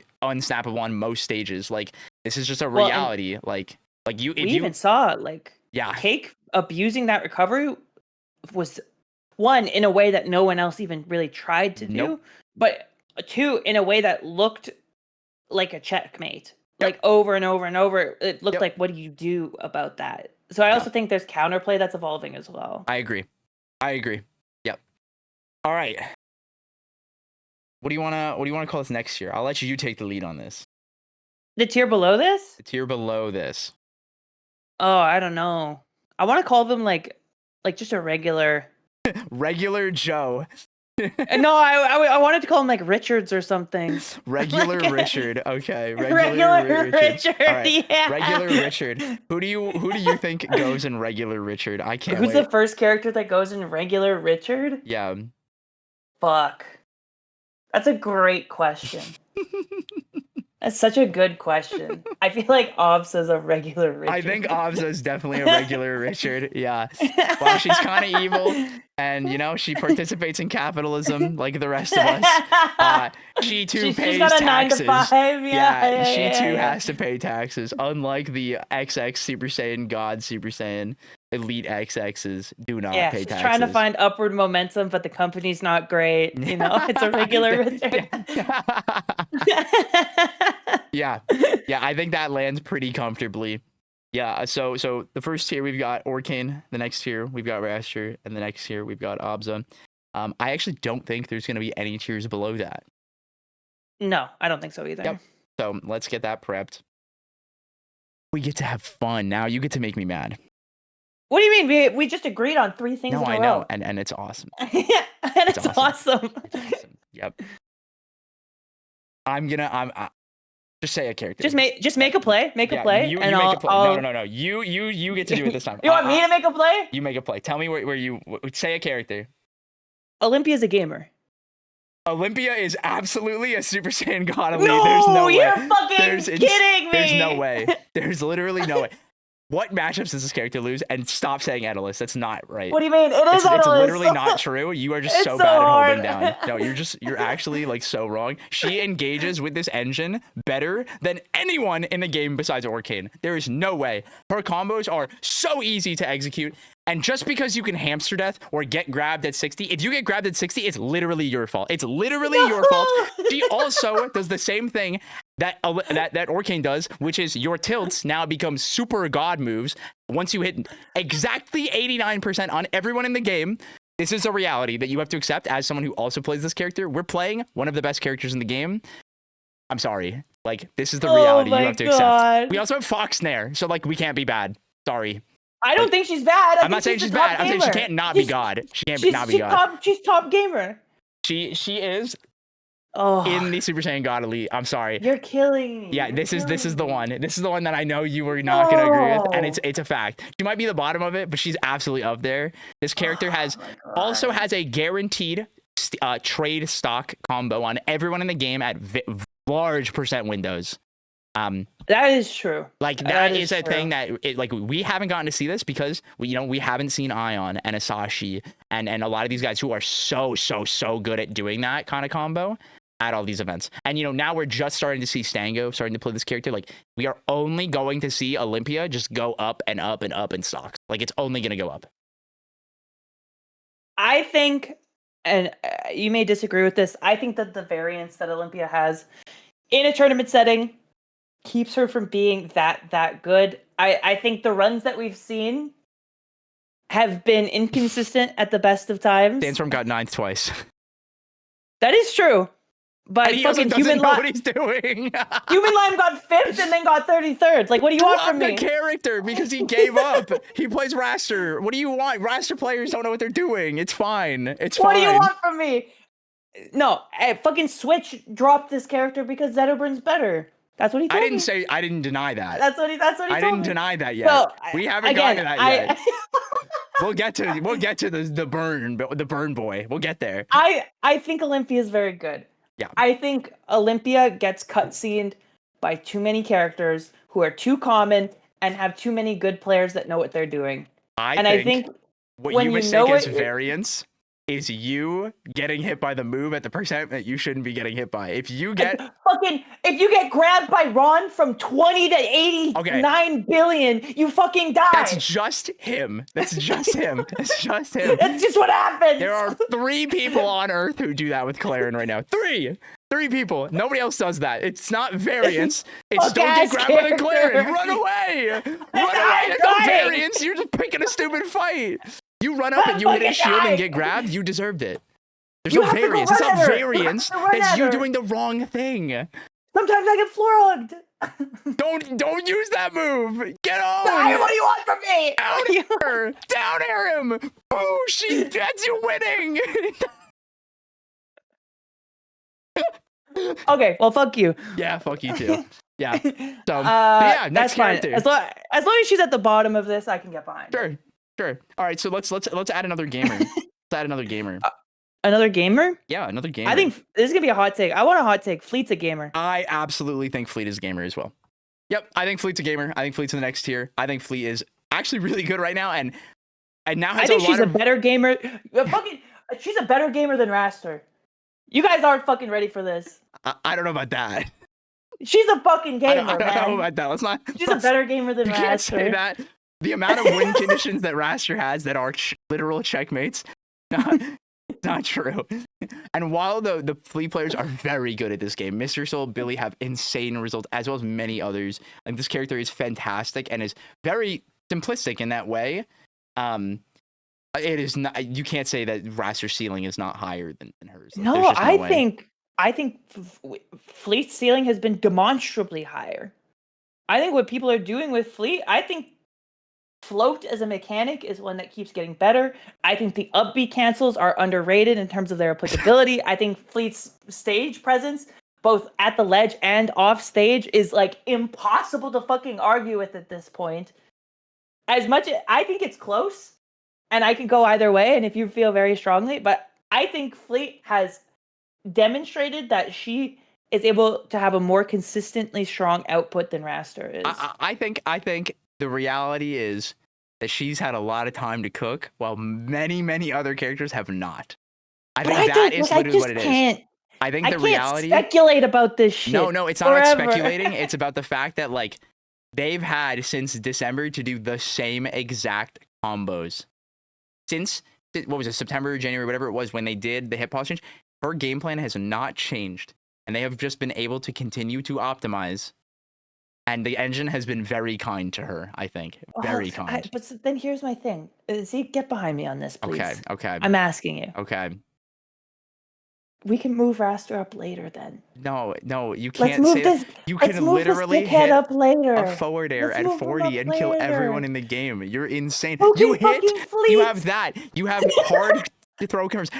Special down throw confirms on everyone in the game. You have fucking down B that works for upwards of like 30 to 40% windows and everything. There's too many win cons. These players just aren't good yet. They're just not good yet. And it's okay. It's okay to admit that he's a better character, but they're just not there yet.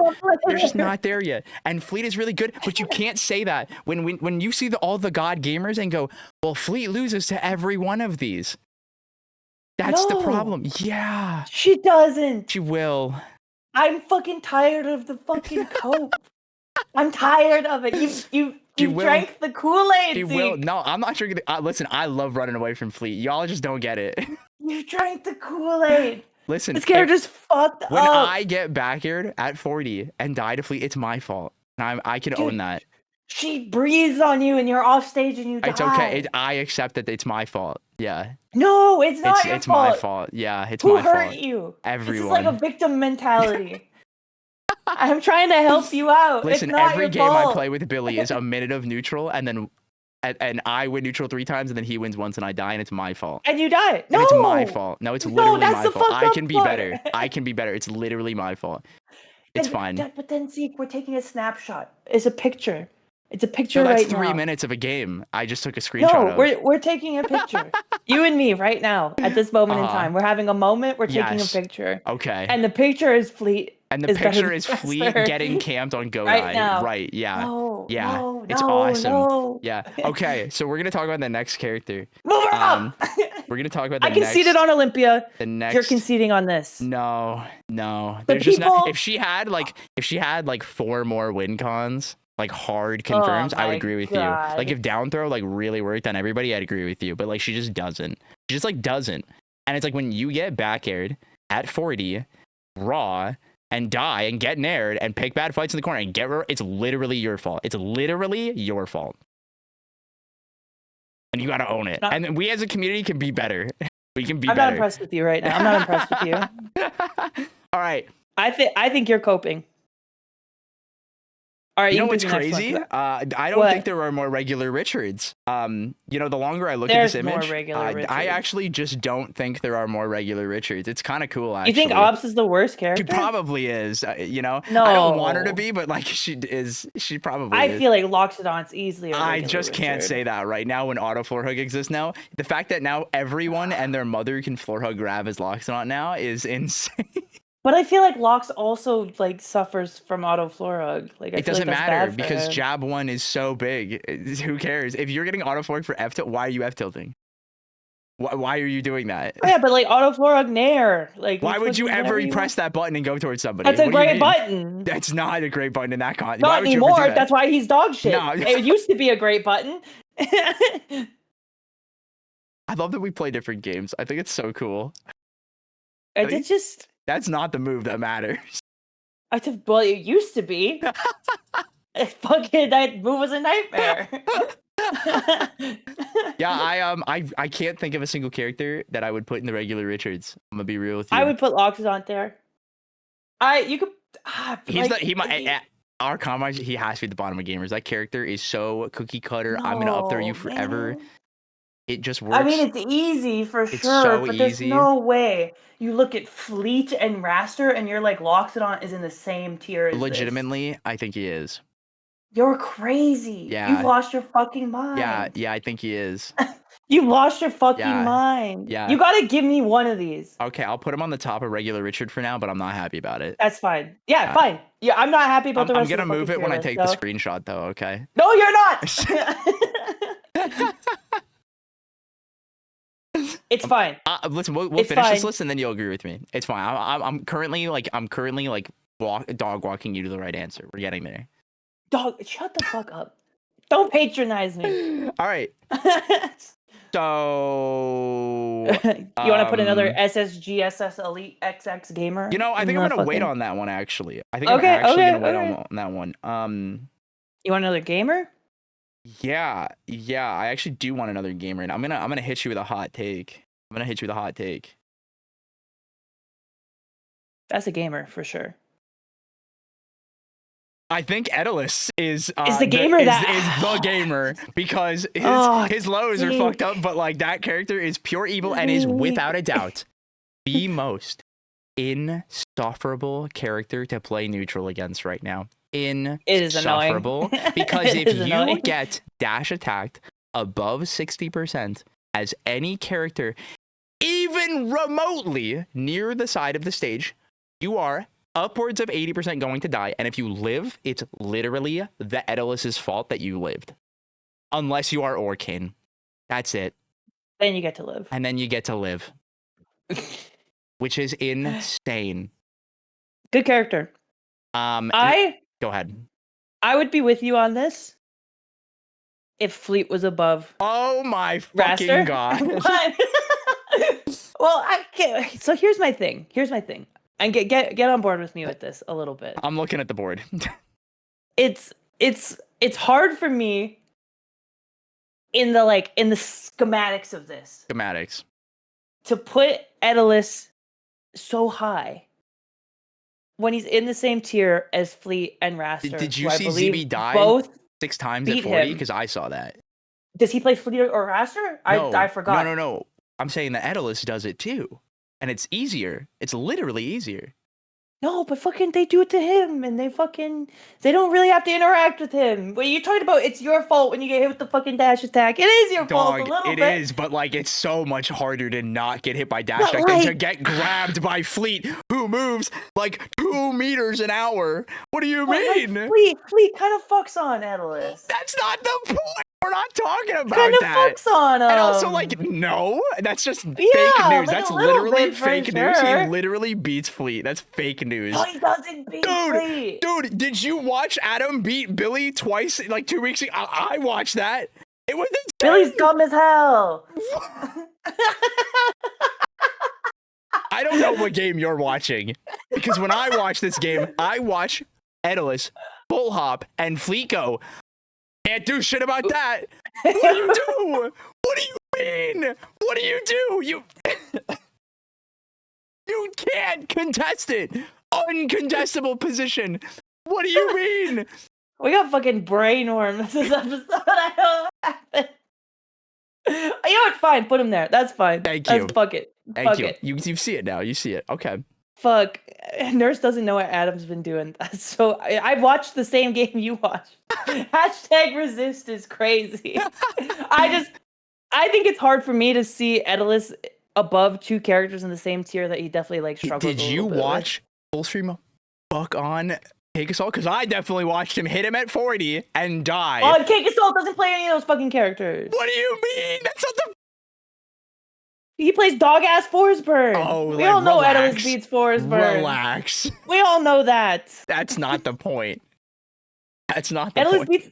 If you want Edalus here, Edalus beats Olympia. Edalus does not beat Olympia. Well, you'll fucking put him down then. It's not moving him down. Put him down then. You know, you gotta concede on one of these. So where do you think Claren goes? Fuck ass, high ass tier, right behind Orcane. Yeah. Stupid ass sword motherfucker. Sorry. Nurse is kind of right on that. Thank you, Ant. Thank you. You guys are in fucking Narnia. Yeah, this character, I will say this, like, there are a couple moves that definitely just need to get tweaked, like up tilt just has to get nerfed. I need an extensive written paper from the devs on why Laren up tilt hits the ledge. I genuinely don't understand why That it shit's a needs jump to do scare. that. There is no reason. We gotta stop having moves do that. Like Rano up strong does that too. I literally don't get it. I don't get it. There's no reason My for it. feelings about this character, while up tilt is among the things that are like pretty egregious, I think the things about this character that make them feel frustrating to play against, I think for me at least, one is like the ridiculous tipper hitbox on dash attack. Oh, yeah, that's a funny one. Which has been in the game forever. But I think for me, it's like the fact that up throw is as good as it is for as long as it is, and the fact that after up throw stops being as good as it is, that back throw becomes the best fucking throw in the whole But game. you're also still in a mix still. Yeah. And you also have to worry about forward throw. Like the fact that her grab game is what it is right now adds a layer to the mental stack that is super frustrating to deal with and makes her very, very strong. Yep. Because at all times she has one, a great grab and a game plan that sets up for grab. Yep. But also like reliable follow-ups and mix-ups off of grab. And like level 2 charge side B or neutral B is just like a menace as well. I think like that's one of those things like it's hard to do because it's like when it comes to like the neutral B, right? One, it's cool, right? It's unique and everything about that. Like that's something that's appealing for the game and like looking at beyond like balance, right? Like it's very cool.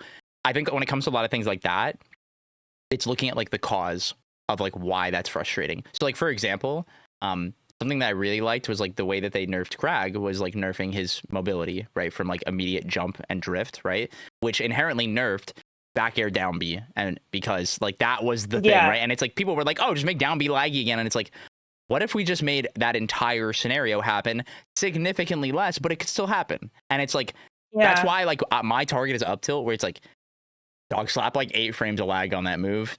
And it's chill. And it's chill. It solves so many problems, and we're fine, and we're fine.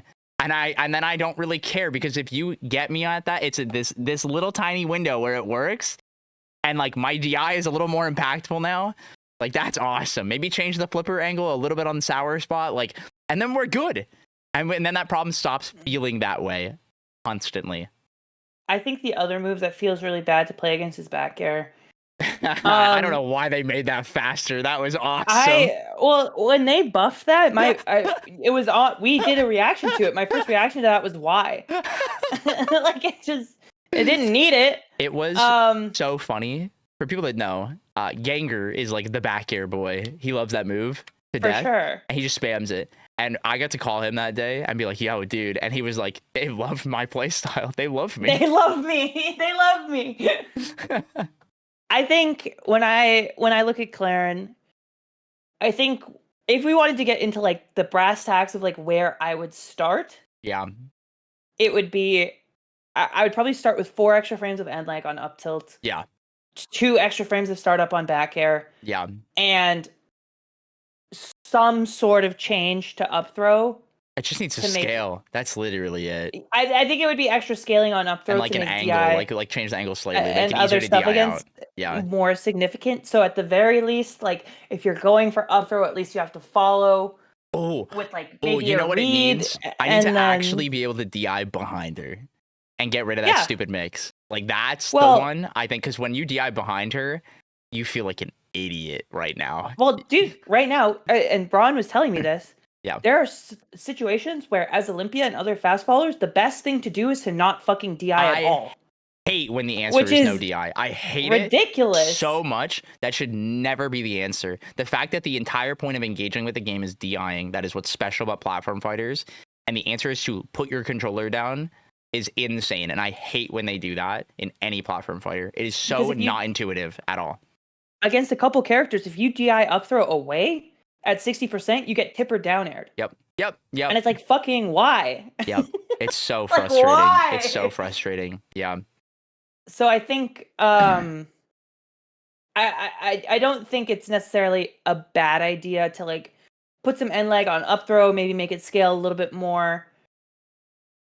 maybe if you make back throw a little more reactable, whatever.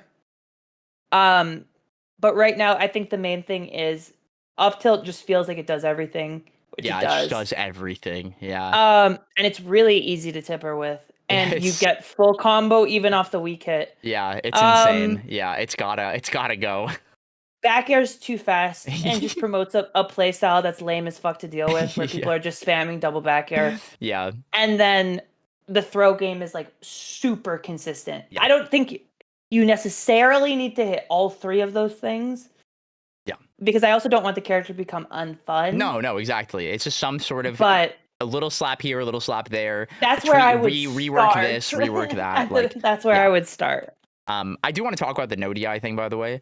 I am a firm believer that like when you DI something, it should have some sort of reward or like understanding. Like the idea is like, you know, when you something like an up throw from like Olympia, like even like nerf that too. Make a DI up like meaningful, and like as floaties you could do that. But like maybe like having no DI be the answer for something, especially in a game like this where like characters are so mobile. The reality is, I'm gonna be real with y'all that like, sure, it's like, you know, that if you DI out, you get down aired. If you no DI, you're getting hit with some shit anyway, and you might not die. But you know, especially a character like Clarin, if you get grabbed like under a plat, it really doesn't fucking matter how you DI. I'm gonna be really honest with you guys because it's an execution and reaction check for the Clarin. Something I talked about way back, and people were literally arguing with me about, is like up throw up air is completely true. There are completely true percents for that, and people just refuse. It is, yeah. There are very few people that have labbed it, and a lot of people tried to deny that. And it's like, lab your shit, because you can get some insane kill confirms, and even if it's not instant up throw down air and they just explode, like it's really, really important that like DI has a function. And while it's fine for characters to have true confirms, there needs to be less scenarios of you are now in complete checkmate at a very unreasonably early percent for a large portion of the cast, and then your agency is literally a reaction check. I think that is incredibly unfun. And like, again, it's different depending on the level of people you're playing against. Yes. If you're playing against like whatever Clarin, they're not going to do this. No, to they're you. not going to do it. No. Let me tell you guys, and again, like Ron is a special player who does stuff that not everyone else is doing. Yeah. But if I'm Olympia and Ron grabs me at 40, it is up to him whether I die or not. Yeah. Yeah. Like straight up, that's what it is. No, if I DI away, I get tipper neutral bead. If I do no DI, I get hit with tipper up tilt. If I DI fucking backwards, I get hit with tipper back air. And all of those lead to me fucking dying. Yeah. The only difference is that depending on which one I do, he has to react and then follow up. Yeah. And again, that's cool from like a skill execution standpoint. In terms of Ron being able to like express being a good player. Yeah. But that's starting at like, dude, the fucking up throw tipper neutral beast starts at 5. Yeah. On Olympia. It starts at fucking 5. Also, don't forget, up there jab is also true on Olympia. But even beyond Olympia, like the things you can do to Zetterburn are evil. And while someone needs to do it, it's insane. Like, it's actually insane. Or like Crag, oh my god. The things you can do to Crag are crazy. Watching Vibe play that matchup is awesome. He's making a combo video every set against Crag. It's awesome. No, so I think 100%. I actually don't hate no DI conceptually. Yeah, no, I get it. It's like literally my personal preference. To mix DI, but I think when it becomes, if you get grabbed at 40 and it's a reaction to determine if you die or not, and the player being good enough, when you play against the player who's good enough, it fucking sucks. Yeah. It feels like shit. Yep. Agreed. And when you're playing against a fucking swordy, you're extra like, why am I in hell right now? Yeah. Right? Like, if fucking Lockstunt grabs me at 60 and I have to DI for my life. Yep. That's what Lockstunt does. Fine. Exactly. Right? He's a heavy, slow shitter. That's his fucking game plan. Yeah. Clarin is not, so should not do that to me. Yeah. No. There's no reason for that. Yeah. Yeah. I think like, I'm a big fan of like slight DI. I think that's something that's super unexplored, of like hard, like between angles. I think is so big. It's not just in or out or up or down or anything. There's so much more to be explored, and the trajectory that moves hit you and the knockback growth involved with them, that's what makes it more interesting. That's what I like. Not when it's like, this is 100% the right DI answer here, or I should not do anything and hope they fuck up. That sucks. Yeah. I do not like that. Anyways, let's get back to the tier list. Playing against top Clarence and crossing your fingers that they don't hit the combo stinks. Yeah, it stinks. Yeah. Thankfully, there's only 3 of them that make me feel that way, so it's cool. That's true. Yeah. Unfortunately, I've played them all a couple times. Yep. All right. Pick a character. Let's do Craig. Really? He does the same thing, just it's in smaller percent windows. He still lives forever. He still does the same exact combos in the exact same ways. His down air got better again. It still doesn't have a sour spot. You still get nared at 40 and die. If you miss floor hug on up tilt, you still have a high chance of dying. If you get hit by forward air at 60, there's still a high chance that you're going to die. It just happens in a slightly like 10% less window now, which is cool and it's a great nerf.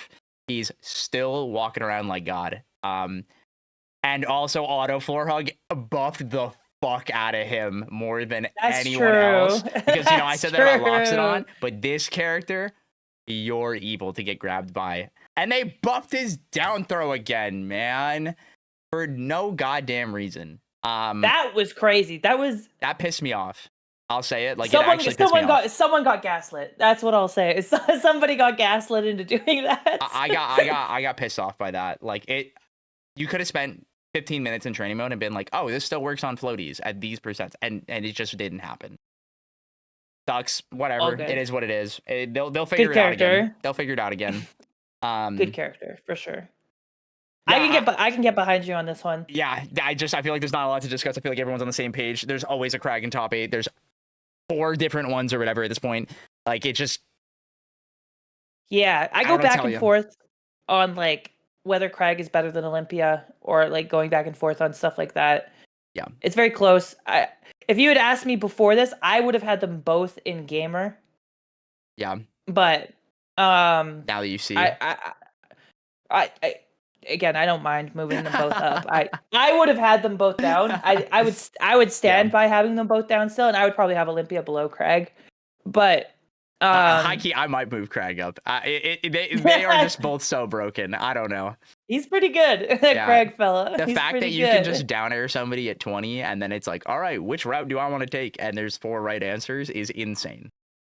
Yeah, I think it's nice that he doesn't just get to like burst option fair you from like a quarter of the stage away, and that just feels like dog shit.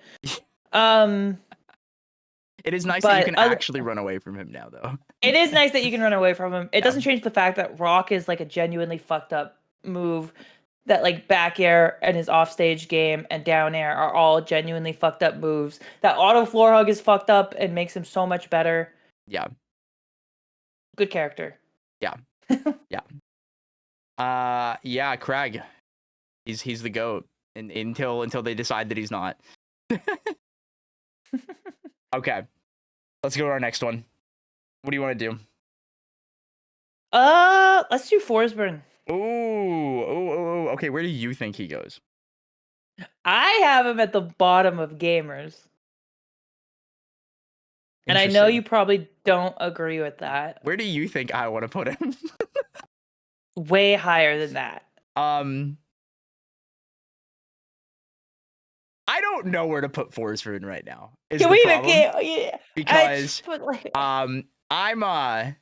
I'm kind of in this weird limbo where like I had a lot of feelings about this character, and then bluntly seeing the way Hakesfall is evolving, the way he is like contesting people in neutral, it was very inspiring, genuinely. And I think it's very doable for more people too. It wasn't one of those like, oh, only Cake could do this. It was like, oh yeah, we should do this more. Like this is way better. Yeah. I don't know how good it is compared to like how good Cake is. I think the other thing is both the floor hug, auto floor hug, and the Strong's beating floor hug were a massive buff for him, because the execution check for him to do floor hug grab before was really, really hard in my opinion, especially against characters like Locks and stuff like that, where now you just do it.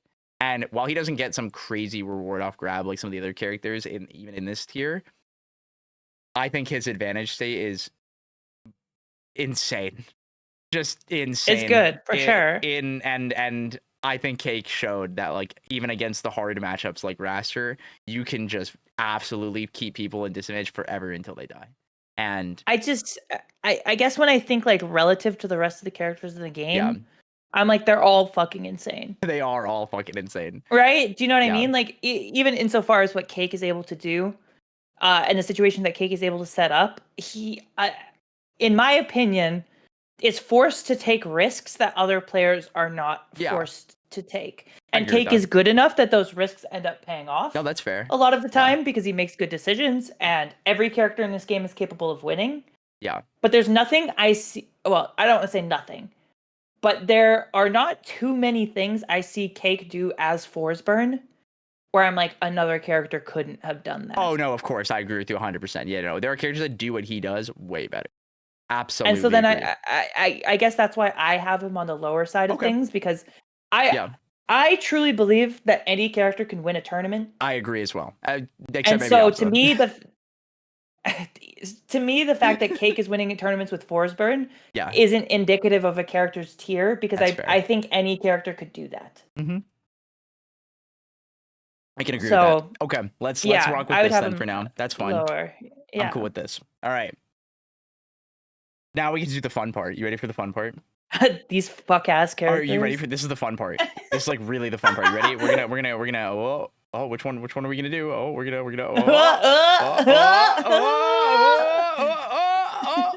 Where's she gonna go? Where's she gonna go? I think she's gonna go right here. Yeah, I think this is the XX Super Saiyan God, Super Saiyan Elite XX tier. These characters are all have things that are significantly out of band, and while historically I've said a lot of things about Maple, I think in the current engine as it stands, she is very powerful and is very much at the whim of the pilot to solve these problems that are very solvable. A lot of it is there are things that they were doing, like, the instant side Bs and things like that that could catch people before. That shit don't work no more. And it's like having to reevaluate the way they interact with the engine. But that character also does what I talked about earlier, where, hey, you have a tilt that puts you into knockdown really early and also is undiable and also means you auto die. So if you have seed on you and then you get put into forced knockdown, you should probably die at around 100 all of the time. F tilt and down tilt are insane. Yeah. Bring up the tier list again. Bring it up. I honestly, and this is maybe gonna piss some people off. Oh, it's gonna piss me off. But I agree with you here on where things are placed, but I feel like if you go on a crusade for Olympia right now, we're not doing it. I'm not doing it. I'm not doing it for Olympia. Okay. But I want to have a conversation about Rano. Oh, dog, no. Because no. Hear me out. No. Hear me out. No. Hear me out. Hear me out. Hear me out. Hear me out. Hear me out. Hear me out. Potentially hear me out. Hear me out. The floor is yours, Blair. Please. Rano's obviously fucked up. Rano is obviously fucked up. Obviously fucked up. I'm fully on board with this idea that Rano is obviously fucked up. I think it's been proven that the type of fucked up that Rano is harder to pilot than the type of fucked up than, like, let's say Claren or Zetterburn or Olympia or Craig. This is not to say he's worse than these characters. And this is not even to say that Rano's hard. But I think we have to have a conversation about the very real reality that Rano doesn't fucking win. I don't know what game you see, but I see Rano hit forward air at 10 and then do any 3 moves after, and they are completely true. And because it is fucked up. Dog, let me finish. And then watch Rano's drop combos. It is literally a flaw of the player base. This is the same thing as the Rasters. Dog, they have to learn how to play the game without falling needle. That's it. And the moment they find peace with that, everything changes. Everything changes. This character is designed to invalidate this entire engine. And the moment that any of these Rano players actually fucking read drag down wiki and learn when their moves knock down and get true RTCs into death that are unfloor huggable at 80+%, the game changes. But none of them have done that yet. They refuse to because everybody just wants to figure it out. The moment they do, everything changes. But they haven't done it yet. So I'm looking forward to that when they realize that F tilt knocks down at an absurd percent. And up tilt up knocks down at an absurd percent, and tipper down when they figure it out in their 400th ranked game, then it changes. Then they win. But until they go to dragdownwiki.com and look at the fucking nerd section of Rano, we'll never see it. We'll literally never see it until they learn that fucky ass number. Until they learn. But see, you just when they learn when sweet spot back air knocks down. It's such a hard sell for me. Literally for not you hard. to be like, oh, the Clarence are so much better than the Ranos. It's They such don't a have to be. hard sell. No, I'm not It's saying such that a they're hard better. Sell, What are you talking about? All these characters it's are such evil. a hard sell. These characters are evil. It's such a hard sell for you to be like, oh, the Maples are so much better than the Ranos. I'm not saying they're better. I'm not saying they're better. That's not what I'm saying. Actually, I very much believe the opposite. I'm saying that this character is completely designed to beat this engine the same fucking way that Orcane is, and they refuse to do that because all these fuckers want to do is throw needle from plat and jump in Nair for no reason. And the moment that they stop doing this, oh my god, everything changes. But they refuse to do that. They want to play the way and eat their candy and do all this other stupid shit instead of just grabbing people and down throwing and then chasing them and grabbing them and down throwing and then knocking them down at a perfect percent with a down strong that doesn't get you anywhere. You just Amsa check it in the corner like a dipshit. Like it, you guys don't get it. You guys literally don't get it. I promise you guys. There is so much evil here. No one has been willing to commit to the bit. It is insane. And Zeke, let me get behind you. Let me get behind you on this. Or I think maybe you're right. Maybe you're right. God bless. Maybe you're spitting, right? Let's say theoretically you're spitting. But I don't think you're right now. No, they need like 6 months because that's how long it is. And so do we want this to be a reflection of now? No, this is or me do we being want it to right be a like 6 months early, yeah. Like you want this to be a reflection of what I want you proof think, of this. Yeah, I'm right. Yeah. because I think that comes down to like a difference in methodology of how you and me maybe like approach a tier list. Yeah. As a reflection of what the game looks like now, Yeah, as yeah, opposed to what the game may look like, which is why I think I would move Fleet and Rano potentially a little bit, and even Maple potentially. Not significantly, but just in order a little bit. Yeah, we can, the ordering, to be very blunt with you, the ordering of the gods here, it literally doesn't matter. It literally doesn't. They're all just a bunch of stupid goobers that break the game and have far too many things out of band is the problem. Yeah, and the realistic thing is every character in this game is fucked up. Every single character in this game does something fucking stupid. And as you and me have discussed, every single character in this game is capable of winning a tournament. On some level. Are there characters that do more fuck ass shit than others? Sure. And so I guess let's preface this by saying this is our tier list with a little bit of like Zeke perspective belief in it. Hashtag always right, never wrong. Because if it was just what I thought right now, it would look a little different. Not significantly different, but it would look a little different. Yeah. I look at it as this is the reality of the patch. This is what really exists. And a lot of people This is what's out there? Yeah, this is what's out there. Like when people say like, oh, just like floor hug against like Orcane and just play around like grab and like play around the tipper down tilt. And it's like, yeah, that's cool. Except when they nair bounce me and I take like 20%. And then they do it again. And then now I can't fucking floor hug down tilt anymore. Like, come on, guys. Like, grow up. What do you mean? Just like Grow up is like crazy. it literally grow up. Like, actually grow up. Like, the fact that Nair bounce is completely unreactable and like half the times punishing it becomes a trade. Like come on, guys. Like, grow up. It's gotta stop. It's gotta stop. If I'm not playing on keyboard, I literally can't interact with that move. Like, it's insane. Like, if I have to play a mini game of trying to parry you while you fly at Mach speed, high jump plenty, fuck you. Like, actually insanity. Actually Nair bounce is insanity. very good. Like, So it's insane. Pull And up the then tier list one last time so and then people down can see air? it, and then we can move on. And then down here? Come on, guys, grow up. What are we talking about? Anyway, this is the objectively correct tier list of July 11th, 2025 in Rivals of Ether 2. We're gonna fix that. And we're good. This is where we're at going into Evo. This is where we're at going into Evo. No! Yeah. No! No, this is we are. It No! is the objectively correct. The order is, to read this off for our lovely listeners. The XX Super Saiyan God Super Saiyan Elite XX is Orcane, Zetterburn, Rano, Maple, Clarin, Olympia. Greg, that sounds like the Pokemon rap. We should do that. We shouldn't. And then there's the Gamers, which is Edelus, Raster, Fleet, Forsburn, Lockstaunt. And then there's regular Richard, and that's Absa. At least for now. It could change. She could become a gamer. I could see it. But for now, he's a regular Richard. Yeah. Just a regular old Just Richard. a regular old Richard. Yeah. Okay. That is the tier list.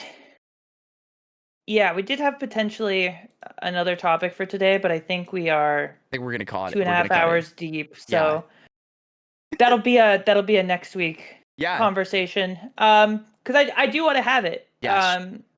And I guess for a little spoiler of where it would potentially go or what the idea was. Talking about kind of commentary styles, both in like a traditional sense, in an esports sense, in an FGC sense, kind of talking about the different avenues that exist in commentary, the different ways that it exists, and then also trying to start a conversation about what people expect in certain kind of areas of the FGC, certain areas of esports, what people are wanting to engage with, and also kind of where people's preferences may lie. So I think there's a very interesting conversation there about commentary generally. And I know, Zeke, you probably have some thoughts. And even if you don't, I know you have some preferences at the very least. I do have preferences, and I think everyone should, and that's okay. 100%. 100%. So I think it'll be an interesting conversation to kind of cap off for next time, where we can spend the time getting into it that I think it deserves. Yeah. But instead, let's get to our media of the week. Fuck yeah. Go ahead. It's all you. All right. Fucking Superman. I've been waiting for this movie for so fucking long. It came out yesterday. Yeah. I went as soon as I fucking could. I bought my tickets fucking weeks ago. Superman fucked. Yeah. Out of 10. Out of 10. No, that's it. Superman fucked out of 10. Like, that's what it is. Oh, yeah, fucked out of 10. Yeah. If I had to give it like a rating, I would give it an 8.5 or a 9. Okay. There were some small things in the movie that I wanted more of. Yeah. Specific moments. The movie is like ridiculously fast paced. Oh, that's what I've heard. For the most part, that's a good thing. Mm-hmm. There are a couple moments where it could have afforded to slow down a little bit, and I think it would have benefited from it. But outside of that, like, it was fucking awesome. It was really, really good. Yep. The casting was like perfect. That's great to hear. That's all that matters to me. It's hard to imagine that someone would have done better than David Cornsweet. That's cool. That someone would have done better than Nicholas Hoult. Yeah. Mr. Terrific is a standout in the film. That's awesome. I never would have expected that. For people who didn't know who that was, or haven't engaged with it, like, it's such an easy character to like fall in love with. He's cool as fuck. The movie's great. It feels fresh. That's awesome. It feels like there's nothing in the MCU like it. That's cool. No, that's cool. If that makes sense, right? And there's very few superhero movies as a whole that feel like it. That's awesome. No, it's nice to break the formula. I think that's really important. Yeah, so I really, really liked it. Lex Luthor was like a huge standout as well. Like, In the movie, the plot is, good enough. um, I mean, it's a superhero movie, yeah.